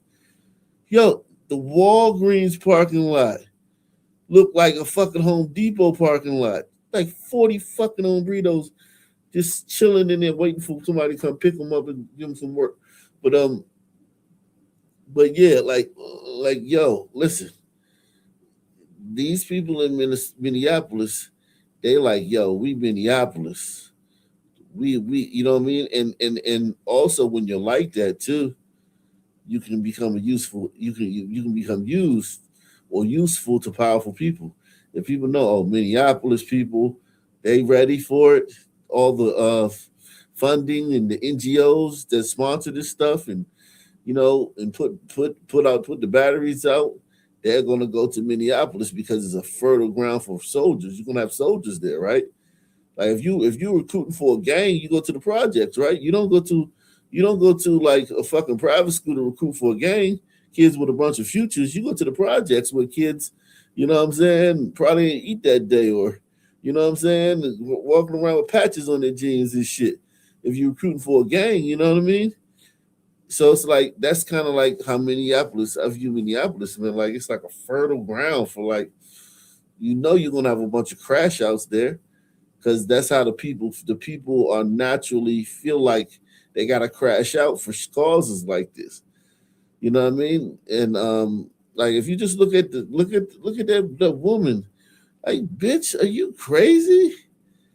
You just gonna drive over a fucking agent? Are you crazy, bitch? Like, what the fuck? Bitch, I mean, and listen, how many more do you want to dead? Like, so let's just say the way it was going, it was gonna be another one of the protesters gonna get themselves killed soon. So then that's 3. And I think Trump's like, all right, man. This is not the look we want. They're winning by us killing them. They're winning. So let's stop. Let's stop. Let's do everything we can to not have to kill these people. The tide has turned. The tide has turned. The Grammys was a disaster for the left. Holy shit, it was a fucking disaster. Nicki Minaj is now conservative, and she's winning. Like, everybody was against her when she first turned conservative, and then this last week she's made a turn, and Nicki Minaj is a valuable piece because she's so popular, right? Like when you have somebody that popular, it doesn't matter why they're popular. It doesn't matter. It doesn't matter that she raps about being a whore and shit like that, right? That does not fucking matter. If she can tweet and get 50 million likes on a tweet, you know what I mean? And she's willing to ride with the president, that's invaluable, right? Because the left has used that for years. They've used Hollywood, they've used stars, they use them all the time. It's just so odd that, you know what I mean? Like, because you had Kanye was with Trump. Who's the other rapper that was with Trump? Nas and Jay-Z made a song called Black Republicans. No. I mean, really, like, stumping for Trump. That was stumping for Trump. Was it only Kanye? Kanye, Lord Jamal. No. Lord Jamal not big enough. He don't have enough influence on the mainstream. He's influential within the culture, but he not like Nicki Minaj got like a million faggots, a million fucking lesbians. She got a million fucking, like she got you know what I mean? She got the diaspora of America. She got a bunch of women and shit. Black women, Latino women, faggot. Because you know what I mean? All that shit. Yeah, I want Jamal got like motherfuckers like me and you and shit. It was just like, that's just a niche.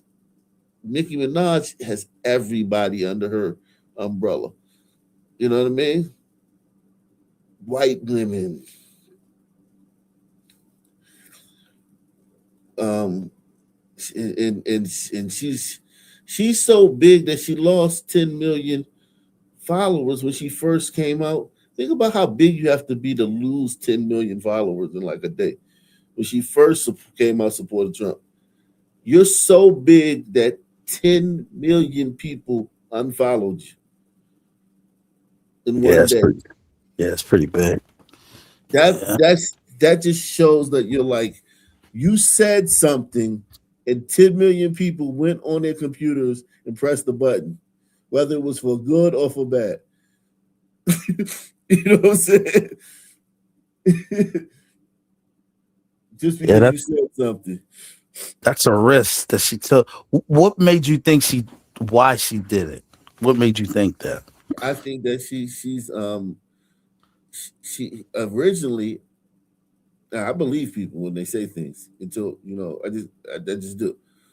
She said it was because of the genocide, like in Nigeria. And Trump wanted to do something about it. Because here's the thing you got to understand, like, whether the propaganda from the left is, oh, that's no genocide, you got to remember the left is psychopaths. If Trump wants to save a baby, if a baby's in the middle of the road in a carriage and a fucking tank is about to roll over the baby, if Trump tries to save that baby, the left will try to fucking step on the gas, tell the tank to step on the gas. You know what I'm saying? So it's like, just because the left is put out a lot of propaganda that there's no genocide in Nigeria, the Muslims are killing Muslims too. Yeah, but the Muslims are killing Muslims that aren't as radical as them. They're killing. Did they really say that? Yeah. They're saying that Muslims. They're killing everybody. It's okay. Yeah. Boko Haram's also killing Muslims, and the thing that they don't that mainstream people here that won't understand is that, of course, they're killing other Muslims because they're the radicalist of Muslims. So if you're not covering that face, to their form of Islam, you're a fucking infidel to them too. Jesus, it just sounds like a fucking warpath. But here's the thing, Nicki Minaj, I could see, like, I see things in the world from time to time, just like everybody with Gaza, right? Look at Gaza. People see Gaza and they got emotionally touched. Oh my God. They're bombing all these buildings, and you know that people are in those buildings. And when they bomb those buildings, people are in there. And it's like, it's pretty bad. People are like, oh my God. But Nigeria, the average person doesn't see it because they don't Google it and they don't search it on, but you can see what's going on. You can see the people laying in the fucking villages dead. You can see the militiamen going through the towns with machetes and shit, in AK-47s, fucking Vietnam era guns and shit, and mowing everybody down. If you want to, all you gotta do is search it. And I'm sure maybe somebody got that footage to Nicki Minaj where she could see it. You know what I mean? She actually sees what's going on. And maybe touched her. And I think it touched her. And she was like, yo, we got to do something about this. And Trump wanted to do something about it. And you got to understand, too, like, she saw Kanye. She saw how Meg Thee Stallion and Cardi B were able to get close to Kamala and Biden. She's not looking like, it's out of my realm of possibilities to get buddy with a presidential candidate or a president. These stars know that now. They know that, listen, they can get close to the president. They can get close. They can get buddy with him. So she was just like, yo, this is my cause. I want to stop this. And then Trump was like, cool, I'm with it. And next thing you know, he bombed them shits, and we ain't heard shit about it.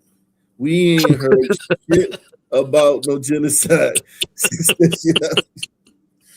Well, I'm sure like everyone knew where they were. They probably just flew a drone over and just mopped them up real quick. Yeah. But it's the fact that he did it though instantly, like with no hesitation.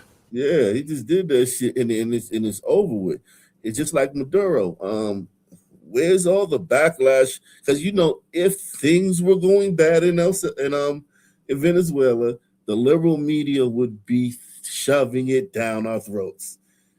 If there was this big vacuum of power and all this chaos going on in Venezuela, and it was a shit show down there, the left they would start every CNN segment with that shit. You know that, right? Of course. I got a horse in the race. I got a shorty out there. What's she saying? She liking it. The only thing, she's obviously the currency is trash because Maduro fucked the currency up badly, so the money is not valuable. But they're trying to. I think they said they opened up American Airlines to start flying there, but you gotta wait until it gets really fixed. Quality of their life is better, right? Oh yeah, they're definitely happy. They're much happier. Well, the question is, are they going to have any kind of freedom of expression? Because they were getting hauled off to the secret police for saying the wrong things. They have a little freedom over there, so they're definitely happy. The only thing is now, I don't know how they're gonna. They're just gonna try to boom it up with tourism. That's number one, because they do have nice beaches over there. Salute to Barry B. Barry B's in the building, man. Shout out to Product of Cook County, man. Yeah, man. But yeah, I think that going forward, man, Trump just needs to ride this wave of anti-liberal sentiment, because I think people are turned off. People are turning on white liberals. And I do think that pulling out, not giving them any more. Because what would people in Minneapolis want more than anything right now than another ICE shooting? Because the temperature's turned down. Look at how little Minneapolis has been in the news the last 10 days. I mean, they went from in every second of every segment, you're mentioning them in some capacity, either the governor, the mayor, a dead white liberal, protest, something. It was something about Minneapolis all the time. Somalians or something. Last 10 days, nothing. Basically, you know what I mean? And they are doing checkpoints though. I find that funny. Right. They're doing checkpoints, but that's them. So like you getting to just your hands off of them, and people are seeing how whacked out they are, how fucked up they are. And then the Grammys, like I said, the Grammys was just a shit show. And now you got the Super Bowl. The Super Bowl is gonna be another liberal L, right? That's gonna be an L. They can't, like, that's gonna be such a big L. That fucking Puerto Rican faggot is gonna go out there dressed up like the devil or some shit. You know what I'm saying? Or in a fucking G-string or some shit. Like he you know what I'm saying? They're gonna I gotta hear that shit, because my girl's gonna. She's Puerto Rican, so you know what? I just gotta stay you quiet. Just reminded me, because the Seahawks are in the Super Bowl, and like I kind of feel like I should watch, but fuck that shit, man. I'm not watching that shit. Yeah, I'm not watching. I'm gonna watch online to monitor the situation online, because I may go live during the Super Bowl if I can get the kids to bed early enough. I may go live during the Super Bowl just to monitor the situation, but I know that liberals, because you're gonna have commercials where they're virtue signaling. You're gonna have all type of stuff. Nah, if they do that, if they take commercials virtue, that means they have not learned their lesson. But they already. The marketing is going to be the same. When I do happen to see cable TV, like at the gym or something, I'll always notice how blatant the social engineering is in the ads. Yeah. Like just have like goofy, stupid white guy making mistakes, and like some brilliant woman, maybe a black woman, like saving the day, and it's just so in your face. Schooling the dumbass white guy and shit, or clowning them, or they just can't like keep that up. If feeling people will sorry catch for on. him. Yeah. Yeah, we do that a lot. We did the commercials, man. Like some of those commercials are insane. But yeah, the the commercial's gonna be woke. Of course, the halftime he might say fuck ice again or something like that. Blah blah blah. But Get booed, maybe. It's in California though, so it's gonna be a big liberal L.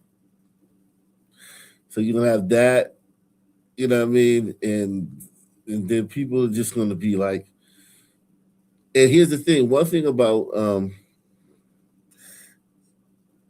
liberals is they've never had this. They've always been winning. Like they've never lost. Even when they lost elections, they still were just like, you know, powerful. You know what I mean, in the mind's eye, right? They've never been viewed as a pariah. They've never been treated. Let me not say viewed. They've never been treated like a pariah, right? So like the blacks have lost a ton of power since 2020. The blacks lost a shit ton. I mean, the way that we overplayed our hand after 2020, and then the body cams. So we've lost a ton of cachet. The trans community's lost a shit ton of cachet, right? And those are like the two top liberal. All the liberals really have left is Islam, right? And then if you look at Islam, the Somalians, they're Muslim, right? They're taking a big hit as scammers. So all you really have is like Arab Islam, right? That's really hasn't lost as a wing, because white women have lost a lot of cachet. As far as everyone hates white liberal women right now. Not just any fat overweight ones. Yeah, exactly. But what I'm saying is that the only pocket of power that the left has is Arab Muslims, because you know the left is in bed with Islam, and now we got to see if Arab Muslims can hold it down for the left or lead the charge, because nobody wants to hear a black person whining about racism. No one wants to hear a trans person talking about, if you don't let me kick your daughter's ass in soccer, I'm going to kill myself. Nobody wants to hear, you know what I'm saying, some white woman talking about how much she knows about how what's best for everybody. All the left has is fucking goddamn Muhammad in fucking hating on the Jews. And if Muhammad can like keep fucking, Levi, Muhammad can keep banging on Levi, and if they, you know what I mean, that's about it, man. That's about it. So the left is really weak right now. I mean, really, really weak right now. Very weak right now. And it's going to be hard to come back, because the trans is going to struggle under Trump, right? Because he's the wrong president for the trans ideology to burgeon. Blacks, you got body cams. People have, anytime a black person says something, people are waiting to see the whole story. Oh, somebody said something racist to me, and then people are like, well, let's see the whole story. And then every time they see the whole story, the black person always turns out to be a liar or an embellisher or dead wrong or instigator. And so the black is kind of like, it doesn't work. No one cares about anti-Semitism anymore, because the Jews were also a big thing with the left too. You're anti-Semitic. No one cares about being called anti-Semitic. The left is very, very weak right now. So you would say the score is 34-21. No, I would say I think of course conservatives are down. I just think that they're coming back. But no, under no way have they won. Conservatives are just coming back. You know what I mean? In the game, they're just mounting the comeback. Yeah. That's what I said. 34-21. If it's if we're up 34-21, all it takes is one touchdown. They 24-34, and then it goes from there. Yeah, I think that they just gotta the conservatives just gotta keep coming with common sense things, because that's the thing about it. No, nothing radical, right? No radical right shit. No, no radical right shit. Just mainstream things like, hey, ID, voting ID. That's a great thing to push right now, because it just makes the left look loony. You want to keep pushing common sense things right now while you got the left on the ropes, because anything common sense, they're going to be against it, right? And the people just it helps smack the people out of their stupor, because they're like, God damn, everything, they're wrong on everything. I don't agree with these people on anything. And then ride that momentum into the midterms. But yeah, I don't think we should do anything radical, right? Anything like, I don't think ban abortion. I think leave abortion alone. You already won on that. You already got it kicked down to the states. Leave abortion alone. I would even leave welfare alone. You've already done enough of welfare. If you're going to do anything with welfare, just make it with illegals. But I wouldn't mess with Americans' welfare checks or anything like that. You know what I mean? I would leave a lot of that stuff alone right now going into the midterms, and I would just bang them over the head with like trans, maybe like beat the trans drum again, where it's like, yo, like there are trans athletes out here winning shit. They're still doing it to the kids. Yeah, do that. Kicking ass, taking names. Yeah, do that, and then do like shit like with the voter ID, common sense things, and just play it smooth, because you don't have to do anything. They're spiraling. The left is spiraling. You know what I mean? Like they're spiraling out of control. And they're getting more and more violent too, and they're getting more and more unhinged. All those nurses, that really turned a lot of people off. All those nurses with the TikToks about how they want to, hurt conservative patients and They want to kill their babies or some crazy shit they were saying. Yeah, all that stuff. That stuff turns people off. You know what I mean? So just keep letting them, and also you got to give them consequences, because people do. One thing about Americans, we are bloodthirsty. We do like to see people suffer. Whereas, like Rome, you feed them to the lions. We like seeing people fed to the system, the judicial system. We punish people in a more cleaner way. We're a more civilized society, so we punish people through law and order. You know what I mean? We punish instead of like tying somebody to a tree and beating for half a day. We send them to jail. We send them to court and we put them in front of Congress and make them, have a hearing in front of Congress. We do, or we send them to court, make them fight for their freedom. You know what I mean? And then we put them in jail. So one thing Trump has to do, he's got to give the base some red meat. You got to give like Don Lemon. It was very important that he was arrested. But we would like. He's just gonna snitch. Yeah, you got to give us some more of that. You got to give the Republican base. But he will capitalize on his fame on this too, though. No. That shit is only a bump. It's a bump, like Kimmel. Oh, okay. It's a bump, and then it's over, because he sucks. You got to remember, like, you still have to have talent, right? So when all the people eyes come, you have to have talent. Like if I'm fucking, let's say I'm Master P or whatever, right? And I'm on stage and I bring out Mystical. And Mystical rap, yeah, okay, people going to say, oh, that dude dope. Let me follow him.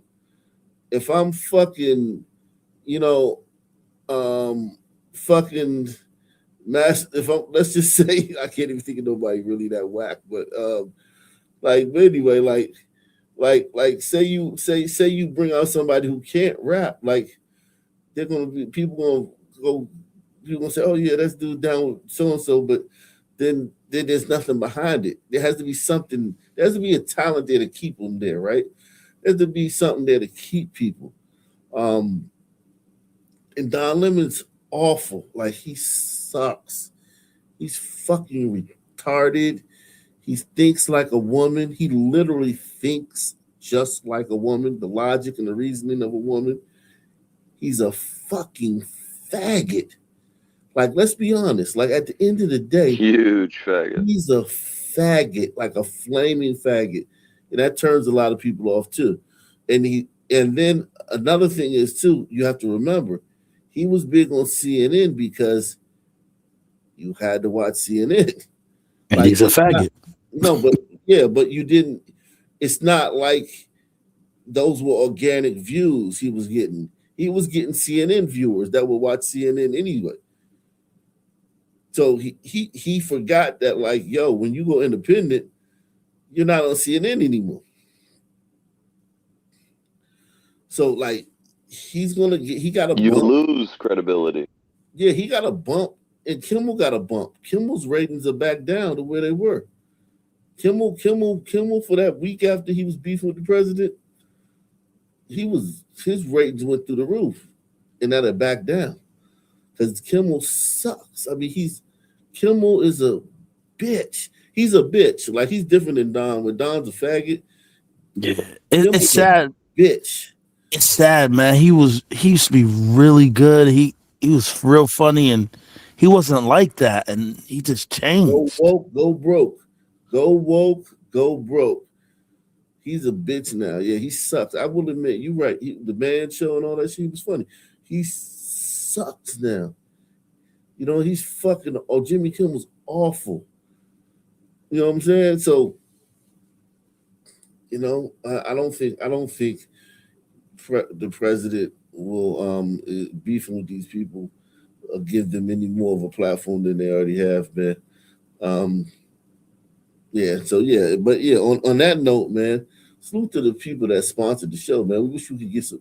I wish we could get 10 more sponsors, man, on shows like this. I mean, think about this, man. The knowledge I just dropped in the last 30 minutes. None of them guys can do that, man. None of them guys can lay out the landscape like I just did, man. None of them other conservatives, man. Press one, man.